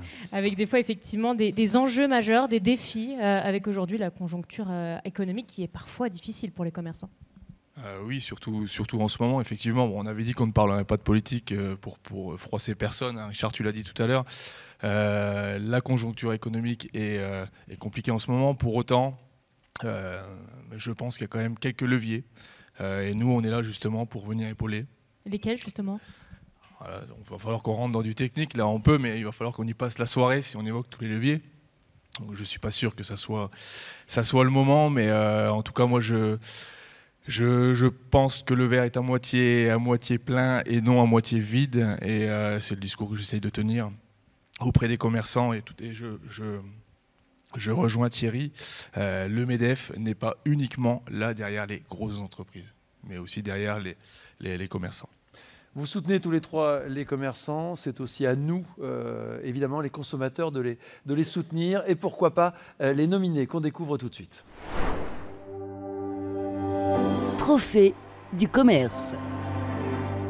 Installé à Chaumont, l'Obélista est un concept store beauté et bien-être qui propose soins visage, corps et cheveux dans un cadre soigné. Créée en 2025, l'entreprise mise sur une expérience personnalisée, des produits haut de gamme et un accueil chaleureux. Un commerce moderne à taille humaine qui redéfinit la beauté locale. Basé à Verdun, l'Atelier Cycle est un magasin atelier vélo complet. Vente, réparation, location et conseils pour vélos de ville, VTT, route ou électrique. Avec son service sur mesure et sa proximité, il s'adresse aussi bien aux passionnés qu'aux cyclistes quotidiens. Un commerce de terrain engagé pour la mobilité locale. Boutique spécialisée dans les jeux et activités ludiques, Ludico Jeux à Saint-Dizier s'adresse tant aux familles qu'aux passionnés de stratégie. Elle offre une sélection soignée de jeux de société, jouets et accessoires créatifs, en valorisant le conseil et l'expérience client. Un commerce qui fait du jeu un véritable moment de partage, un secteur en pleine croissance.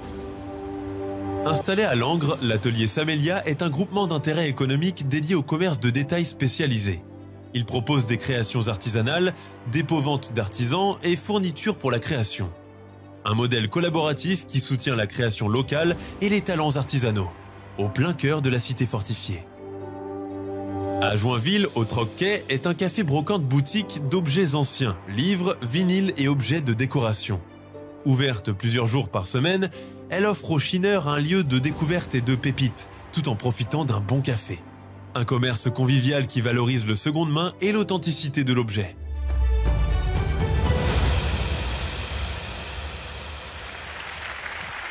Il est temps de remettre ce trophée. Je vous laisse annoncer le nom du commerce gagnant. Alors, le trophée du commerce gagnant est conféré au Troquet à Joinville. Le Troquet! Au cœur de Joinville, au Troc-Quai s'affirme comme bien plus qu'une simple brocante. C'est un café brocante convivial, à la fois lieu de chine et de détente. De quoi dénicher des objets anciens, livres, vinyles et décorations, tout en s'installant pour un café ou un chocolat chaud dans une atmosphère chaleureuse. Le concept est simple mais malin. Mêler le plaisir de dénicher une pépite d'occasion et celui de prendre un moment de partage. Un nouveau type de commerce qui dynamise la commune haut-marnaise. Ouvert au bord du quai des Pesseaux, l'établissement invite à flâner, échanger, chiner ou simplement se poser. Au Troc-Quai incarne ainsi une nouvelle forme de commerce local. Une adresse hybride qui valorise le seconde main, promeut l'authenticité et crée un espace où l'objet retrouvé et le moment partagé se retrouvent dans un même lieu. Une belle réussite pour le territoire et pour tous les amateurs de belles trouvailles et de convivialité. Les voici, ils viennent de nous rejoindre. Félicitations. Vous avez entendu crier dans le public. J'imagine que vous êtes heureux de recevoir ce prix ce soir. Heureux et très ému, très surpris comme chacun des élus aujourd'hui. Ça représente quoi pour vous ce prix aujourd'hui? C'est des années de travail, c'est aussi une identité forte? C'est une identité forte et c'est surtout une preuve de reconnaissance pour nous. Ça fait 1 an et demi que le projet est lancé, on est en pleine évolution, on est en train de structurer les choses. Et vous remettre un tout petit peu sur la lumière. Je vous remets en lumière, parce que vous êtes là pour être en lumière, voilà. Donc voilà, c'est un projet qu'on a en commun avec ma compagne et qui prend vie depuis maintenant 1 an et demi et on en est fiers. Comment est né ce projet justement de s'installer, surtout à Joinville, qui est une petite commune, créer un commerce là-bas, c'est aussi un pari? C'est un pari. Alors le constat, il était simple au début, c'était de se dire que moi, quand j'étais lycéen, j'aimais me retrouver dans les bistrots avec les copains pour faire une partie de baby-foot, une partie de flipper. Et aujourd'hui, malheureusement, ces objets ont un peu disparu des cafés traditionnels. Et donc l'idée, c'était vraiment de recréer un lieu d'échange, de partage, de convivialité et le tout multigénérationnel. J'ai l'impression qu'il y a un peu de régressif. Alors peut-être madame pourrait y répondre. Il y a un peu de régressif dans votre démarche. C'est-à-dire qu'en fait, vous nous plongez dans une époque voilà, qu'on aimerait retrouver parfois. J'ai l'impression que c'est un peu ça. C'est un peu un voyage dans le temps, non? Complètement, en fait. Chaque client, la plupart du temps, qui passe la porte de notre café brocante, nous parle de nostalgie. Enfin, c'est le premier mot qui vient. Et nous, on est très fiers de leur faire vivre ces moments-là et de retrouver des moments qu'ils ont vécus en enfance. Et vous sauvegardez notre patrimoine culturel, parce que c'est vrai qu'on voit trop à la déchetterie tous ces objets qui disparaissent, et après on se dit « Ah, tu te souviens ?» Voilà. Et là, quand on regarde les images chez vous, on se dit « Ah, mais oui, tu te souviens !» J'imagine que c'est la phrase qu'on entend le plus chez vous. Oui, bah, c'est la phrase numéro 1, oui. Ouais.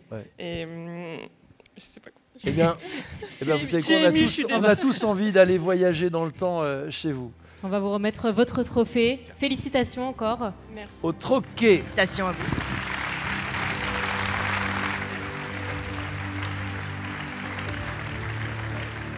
La photo. La photo.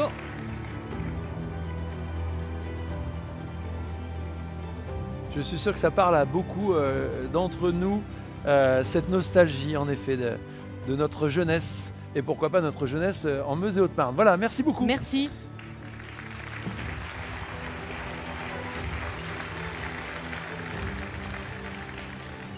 Et on va poursuivre avec le trophée suivant, c'est le trophée des entreprises s'engagent.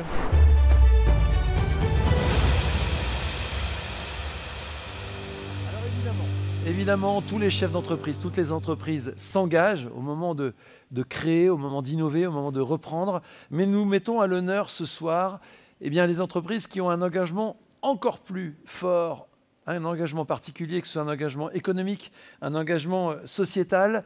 Et pour remettre ce trophée des entreprises qui s'engagent, merci d'applaudir à nouveau Richard Papazoglou et Xavier Delarue, le préfet de la Meuse.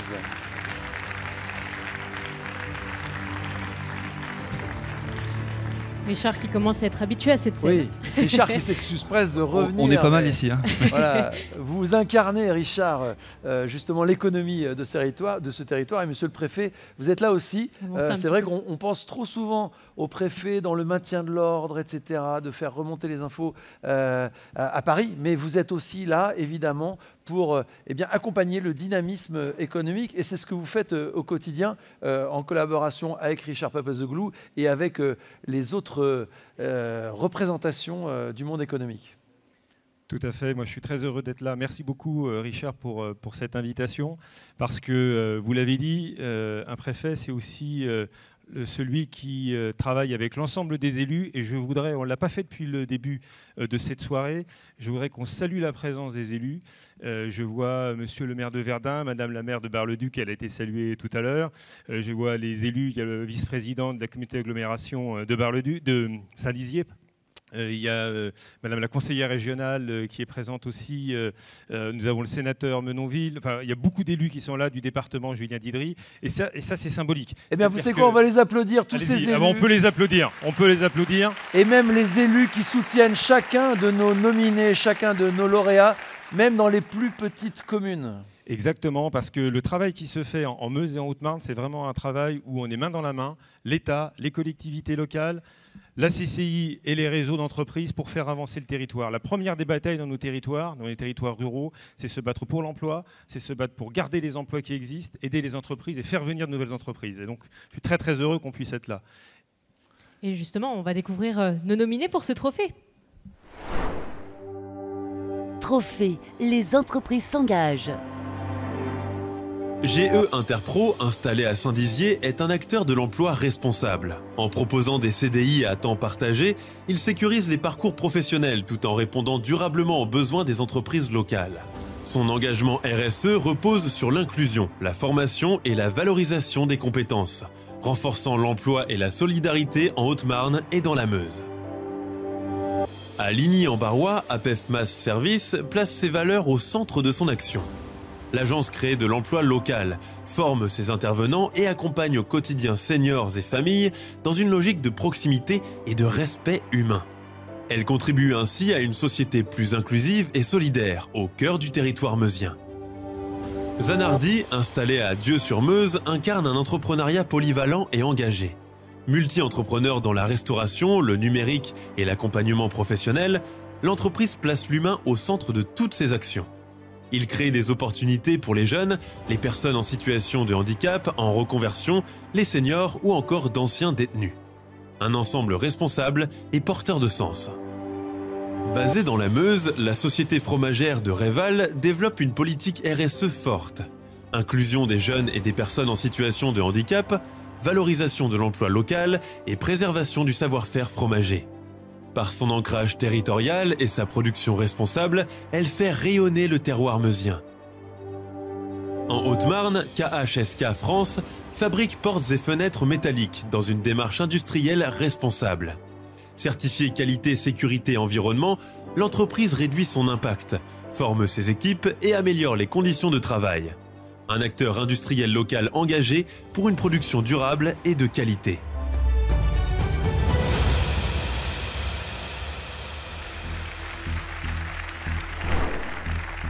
Et il y en a bien d'autres encore, des entreprises qui s'engagent, mais quelle est l'entreprise, voilà, avec le son c'est mieux, quelle est l'entreprise qui va remporter ce trophée Les entreprises s'engagent? Suspense. Alors le gagnant de ce trophée L'entreprise s'engage est la société fromagère de Réval. La société fromagère de Réval, regardez. La société fromagère de Réval, implantée en Meuse entre Bar-le-Duc et Saint-Mihiel, fabrique notamment du brie de Meaux AOP et du coulommiers au lait cru, moulé à la pelle, affiné entre 4 et 8 semaines selon les traditions fromagères. Au-delà de ce savoir-faire reconnu en France, elle s'illustre également par son engagement humain. L'entreprise est très active au sein de la communauté Les entreprises s'engagent et au sein du campus de l'inclusion. Elle a notamment organisé 2 ateliers avec le groupe Lactalis, animés par le CIDFF, pour former les managers de l'entreprise à la prévention et à la détection des violences conjugales. En devenant entreprise ambassadrice et en portant ses actions fortes, la fromagerie de Réval affirme une RSE profondément ancrée. Protection, inclusion et solidarité au service du territoire meusien.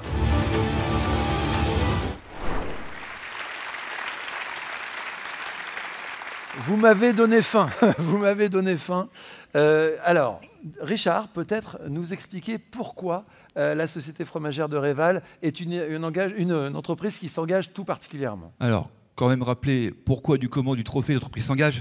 Derrière ça, en fait, c'est un club animé, 2 clubs, pardon, un en Meuse, un en Haute-Marne, animé par la CCI. Et il s'agit d'un dispositif de l'État qui, finalement, permet à des entreprises qui veulent s'engager sur le volet inclusif, RSE, de pouvoir effectivement échanger les bonnes idées et surtout d'être en lien direct avec l'ensemble des acteurs. C'est aussi une manière de réduire un peu toute cette chaîne compliquée de l'administration, excusez-moi monsieur le préfet, d'avoir un outil de simplification pour que chaque entreprise aujourd'hui qui veut donner du sens effectivement derrière, en fait, puisse mettre en place certaines expérimentations. Et là, la fromagerie de Réval, plus qu'une action, c'est avant tout l'engagement que vous avez au quotidien pour fidéliser vos salariés, pour mettre autant de qualité dans vos productions, pour aussi réduire au maximum, donc avoir des cycles courts. Donc écoutez, pour toutes ces raisons, le jury effectivement je vous ai choisi. Vous êtes un gros employeur, vous avez combien de salariés? On est 120 à 130 salariés. Qui habitent dans un rayon de combien de kilomètres autour de Réval? Alors ça va de Saint-Dizier jusqu'à Verdun. Voilà, donc il y a un grand rayonnement. Alors quel est votre engagement? Comment vous le comprenez ce trophée, vous, en termes d'engagement? En fait, notre engagement, c'est vraiment de promouvoir, aussi d'être un acteur vraiment actif de notre canton, de montrer qu'on met en avant le travail. Là, par exemple, on a participé au DUOD récemment, vous en avez parlé aussi, le CDIFF. En fait, on veut faire le trait d'union entre le monde du travail, toutes les problématiques qu'il peut y avoir dans le handicap ou même les violences familiales. Et on fait le lien avec tout ça et on veut mettre tout ça en avant. Alors vous avez la force d'appartenir à un grand groupe, Lactalis, mais vous avez gardé une indépendance locale. Oui. Comment ça se traduit ça? Ça se traduit par une belle liberté justement dans toutes ces actions. Donc on ne se limite pas justement, on n'a pas le regard qu'on pourrait se dire, ils ont le regard du grand Lactalis. Non, on fait notre ancrage local, on fait le trait d'union entre les agriculteurs, le commerce par nos fromages, et on nous laisse une grande liberté pour le faire. Et pour finir, parce que j'ai faim, quel est le fromage que vous produisez le plus? Donc le fromage star de la fromagerie, c'est le brie de Meaux, AOC. Donc forcément. C'est 2000 à 2200 tonnes. C'est quelle part de marché sur la production totale française du brie de Meaux? Nous, on représente 20%. On est plusieurs, enfin, ils sont connus, il y a plusieurs acteurs, principalement en Meuse, et donc ça, on peut quand même le dire. À nous, les 3 acteurs, on représente 75% du volume. 75% avec les 3 producteurs oui. meusiens. Ben, bravo. Un dernier mot peut-être. Je peux permettre quand même, enfin juste un truc, histoire de mettre un peu l'ambiance, mais le meilleur bruit de mots, en fait, il est meusien. Ah, ça c'est clair. On est d'accord. Félicitations, vous allez récupérer votre trophée. Merci. La photo, évidemment, avec monsieur le préfet. Et on peut encore une fois les applaudir.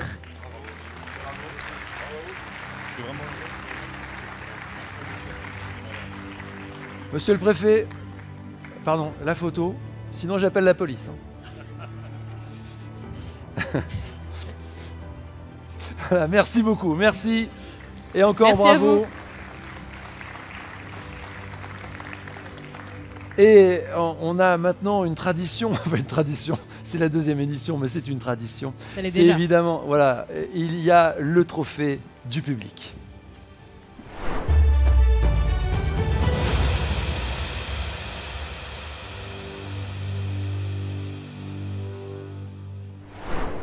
Et ce trophée du public, il est un petit peu différent, effectivement, puisque ce n'est pas le jury qui décide de qui le gagne, mais effectivement le public. En tout cas, c'est un moyen de mobiliser les habitants du territoire, puisque la Nuit des Réussites, c'est une initiative à laquelle vous pouvez participer, et à laquelle vous avez participé. En nombre. En nombre, puisque du 30 septembre au 18 novembre, plus de 20 000 personnes ont voté pour le trophée du public. Il y avait 129 entreprises inscrites, plus que l'année dernière. Plus de 20 000 votes, vous imaginez, c'est plus que la population de Bar-le-Duc, par exemple.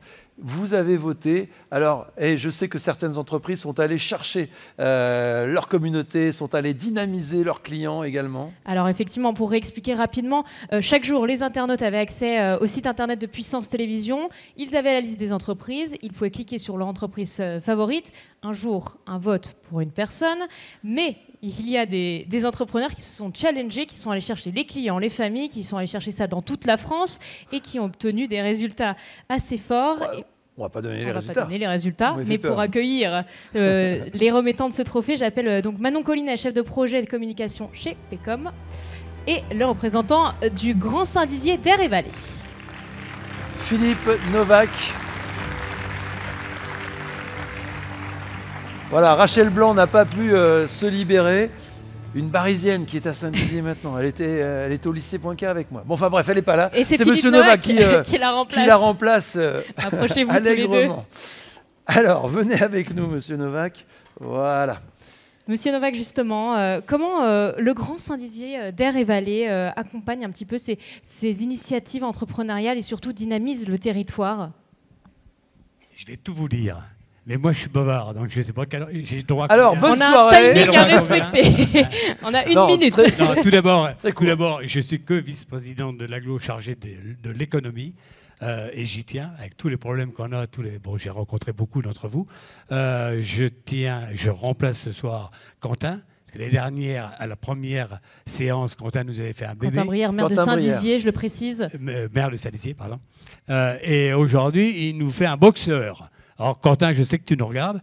Son petit s'est fait ouvrir l'arcade sourcilière. Très bien. On prendra des nouvelles de Quentin Brière, mais... Et du boxeur, et de son futur boxeur. Évidemment. Mais comment, donc, comme le demandait Clémentine, comment est-ce que vous accompagnez le dynamisme de vos entreprises? Présent. Présent, présent, présent. Les jeunes, moi je fais partie de tous les... beaucoup me connaissent. Je participe à toutes les réunions, en région, hors région. Tout ce qui touche à l'emploi, je veux participer. Je veux former les jeunes, et ça c'est mon leitmotiv. Donc voilà un peu ce qu'on met en place tous les jours. Je voudrais dire, je vois ma collègue Martine qui est par là, oui là-bas, je voudrais lui dire, moi ça me fait plaisir de t'avoir parlé, je vais vous dire pourquoi. Parce qu'ici même, voilà. J'ai dirigé l'entreprise GHM toute ma vie, Samvoir, vous la connaissez, elle est mondialement connue. Et vous, les Barisiens et les Barisiennes, vous faites partie de l'entreprise GHM. Puisque ici même, il y avait l'entreprise Duren qui fabriquait des tuyaux. Et je suis très fier d'être ici ce soir. Merci Martine. Pas de frontières, on l'a dit. Voilà, on a toujours travaillé main dans la main. Alors il y a le savoir-faire Et il y a aussi le faire savoir. Exactement. Et Manon, pour le coup, c'est plutôt votre fer de lance. Vous accompagnez les entreprises dans leur communication. Avec Pécom, hein, qui est la filiale de Puissance, du groupe Puissance TV, qui s'occupe donc de la communication des entreprises. C'est ça, des entreprises et pas que, puisqu'on accompagne les associations, les collectivités et toutes les structures qui souhaitent communiquer, se faire connaître ou encore développer leur chiffre d'affaires sur leur territoire, que ce soit en local mais aussi en national. Voilà, c'est important. Exactement. Comment on accompagne ces entreprises et quelles sont les stratégies qu'on met en place aujourd'hui? Qu'est-ce qui marche pour les entreprises? Alors là, j'espère que vous avez un petit peu de temps. Alors pas vraiment, en fait. Pas trop. On monopolise maintenant. Hein. Non, mais en fait, on les accompagne, on identifie leurs besoins et derrière, on va mettre en place des leviers pour y arriver, que ce soit par le digital, par le print, par la création d'une identité de marque, pour justement les faire connaître et faire développer leur activité. Et justement, qui est cette entreprise qui a bien communiqué, qui est bien allé chercher ses clients et qui a bien communiqué aussi sur les votes du public? Monsieur Novak. Ouais, je vais le dire. Je fais juste une petite rectification. Alors, Martine va m'en vouloir parce que tu as dit tout à l'heure 20 000 pour Bar-le-Duc. Nous, on est 25 000. Hein. Oui. Donc on a voté un peu plus que vous. Mais on a eu 20 000 votants. Alors qui est le gagnant de ce trophée? Le gagnant du trophée. Merci au public d'ailleurs. Un grand merci au public parce que vous avez fait découvrir tout le territoire. J'en viens.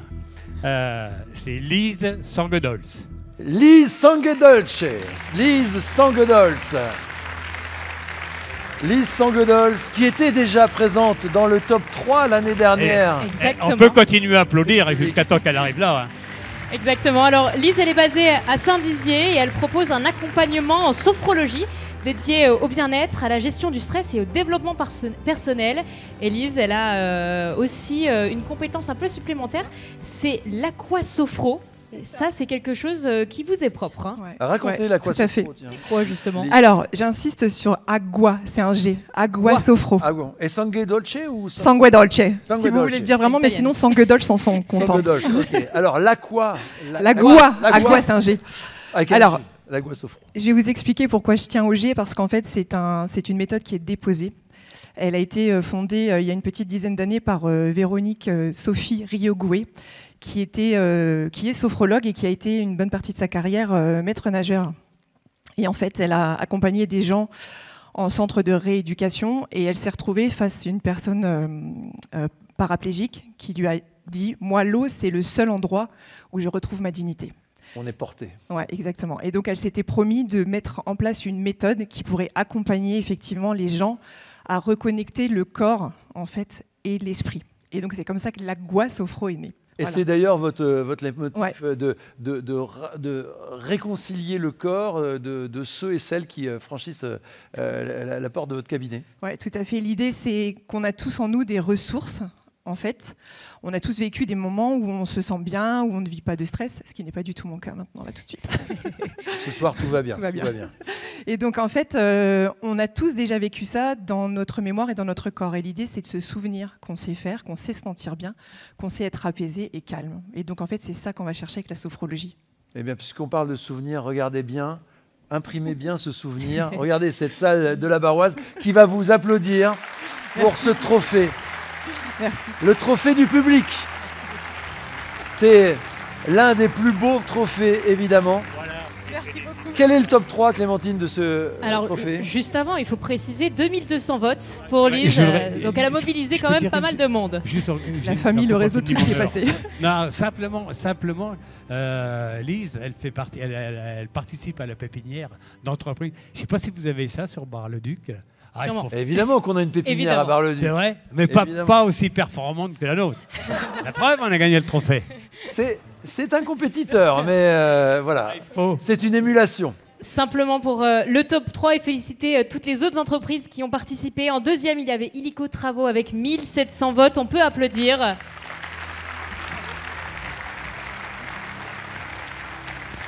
Et en troisième, Ilénatech avec 800 votes. Et je les vois au premier rang. Voilà, donc troisième place pour Ilénatech. Bravo. Ce sera peut-être l'année prochaine puisque Lise était deuxième l'année dernière. Elle a augmenté d'une place. Bravo. Juste derrière Déborah qui est là ce soir aussi. Coucou Déborah. Félicitations. On va faire la photo. On va faire la photo. On va retirer le micro de Monsieur Novak aussi. Je vais vous prendre votre micro, Monsieur Novak. Voilà, la photo. Voilà, bravo pour ce trophée du public. Et vous pourrez juste après demander à Alice quel est son secret pour l'année prochaine, pour vous aussi dépasser les 2000 voix. Voilà, bravo, merci. Merci à vous. Merci de raccompagner Monsieur Novak. Et on passe tout de suite à un trophée très particulier. Effectivement, c'est le dernier trophée de la soirée et c'est donc le trophée de l'étoile de l'année.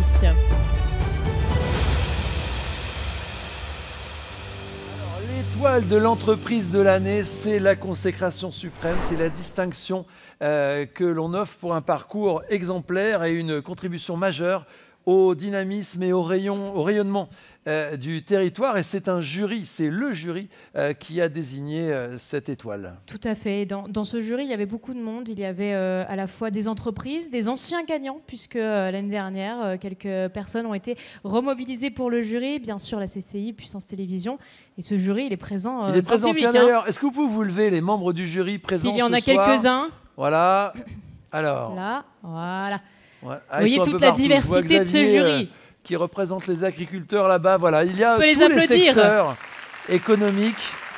Et ils ont eu la lourde tâche de départager toutes ces entreprises pour en choisir notamment qu'une qui a été le coup de cœur de ce jury et qui va recevoir ce trophée ce soir. Et pour remettre cette étoile de l'entreprise de l'année, on accueille les membres de la Caisse d'épargne Grand Est Europe avec Fabrice Dabonville, directeur commercial du marché des professionnels, et Laura Mailly, responsable de marché entreprise pour la Caisse d'épargne Grand Est Europe. Merci d'être avec nous.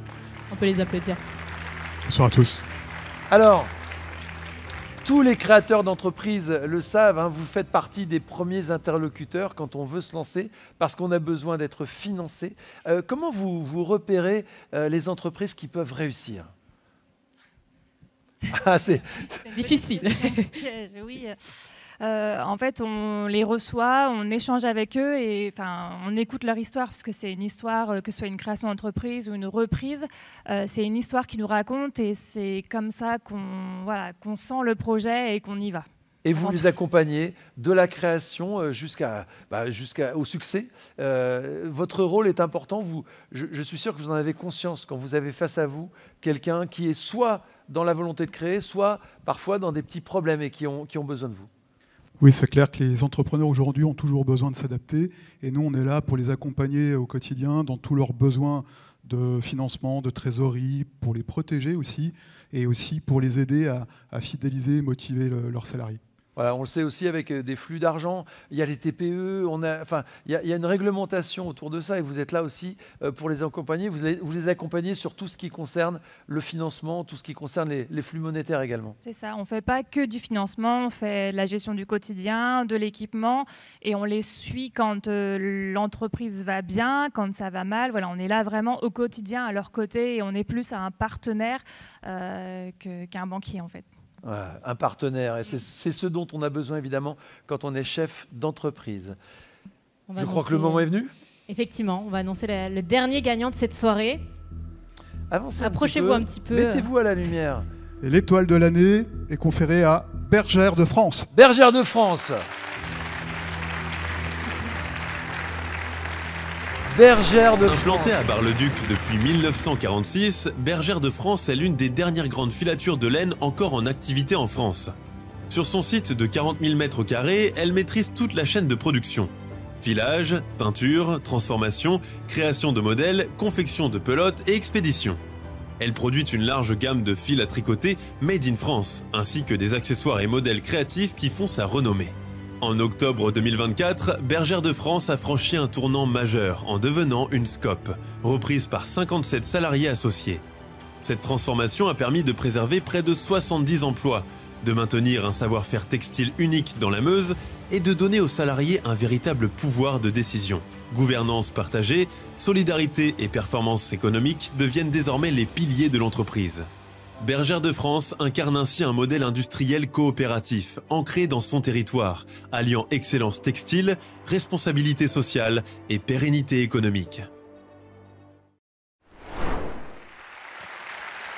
Ce trophée, on l'a suivi, on a suivi toute votre épopée chez Puissance Télévisions, à l'image de la Meusienne l'année dernière. Vous avez su vous transformer pour faire perdurer cette entreprise. Qu'est-ce que ça représente pour vous de recevoir ce trophée ce soir? Énormément d'émotions, et je parle auprès de tous les associés qui sont investis, donc les hommes, les femmes, qui ont tout fait pour garder ce savoir-faire français. Vous êtes combien?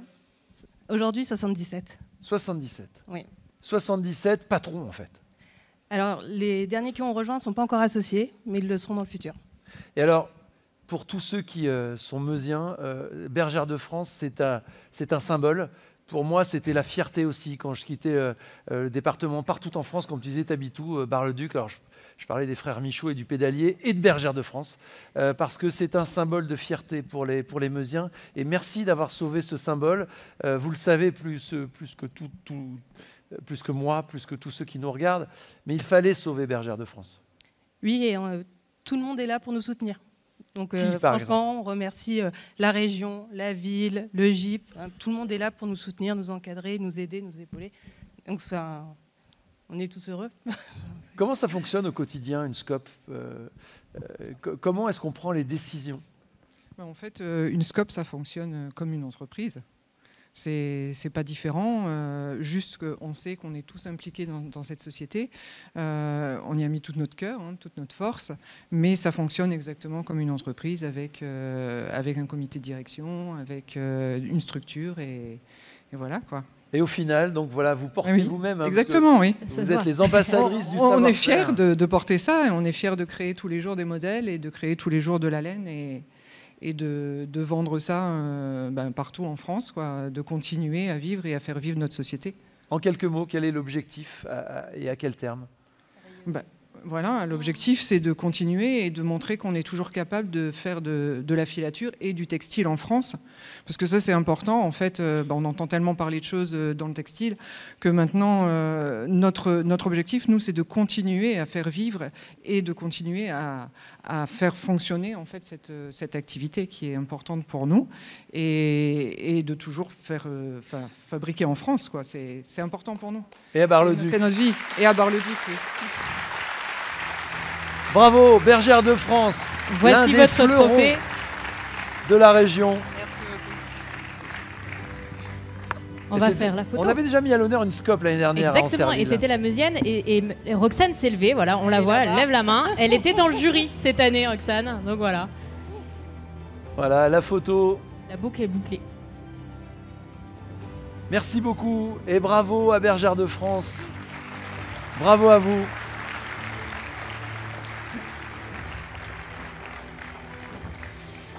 C'était notre dernière distinction. Alors, un petit mot quand même, parce que l'année dernière, c'était Axiom qui avait été à l'honneur avec cette étoile. Axiom, vous le savez, c'est de l'horlogerie. Et qui depuis d'ailleurs, et je souhaite à Bergère de France la même évolution, depuis Axiom a créé même une école d'horlogerie à Bar-le-Duc, donc bravo à eux. Moi j'ai découvert cette société l'année dernière, et d'ailleurs maintenant je regarde l'heure sur une Axiom. Vous le savez, c'est l'expertise de l'horlogerie, mais aussi toujours le patrimoine de la région. Clémentine, ça y est? C'est la fin. C'est la fin déjà. On a distribué 10 trophées, on a mis en lumière les entreprises du territoire, à la fois en Meuse et en Haute-Marne. Et puis bien sûr, pour ceux qui n'auraient pas suivi cette soirée, elle est toujours disponible en replay sur notre site internet puissancetélévision.fr et sur notre application mobile. Voilà, j'espère que vous tous, ici, à la Barroise, en direct à Bar-le-Duc, vous qui nous suivez, c'est la fin. Et pour que ça se finisse, eh bien, vous avez ce sentiment de fierté d'appartenir à ce territoire, la Meuse, la Haute-Marne, des territoires d'avenir, on l'a vu ce soir, des territoires de tradition, des territoires de créativité. Donc allez-y, soyez fiers, soyez meusiens et haut-marnais et créez, entreprenez. On peut applaudir les gagnants, effectivement. Bravo à vous. Félicitez tous nos nominés qui ont obtenu un trophée ce soir. Et justement, ces nominés, on va les faire monter sur scène pour qu'on puisse... Tous les lauréats vont revenir sur scène. Merci à tous les lauréats de revenir, tous les remettants, pour faire la grande photo de cette soirée de fierté économique pour la Meuse et la Haute-Marne. Merci à toutes les équipes techniques de Puissance Télévision. Merci à la direction et au personnel de la salle de la Barroise. Merci à tous nos partenaires également, en particulier la Caisse d'épargne et la CPME 55 et 52. Merci. Bonne soirée à tous. Et à l'année prochaine, évidemment, parce qu'il y aura une autre 3e édition. Et restez sur Puissance Télévision. Bonne soirée. Merci.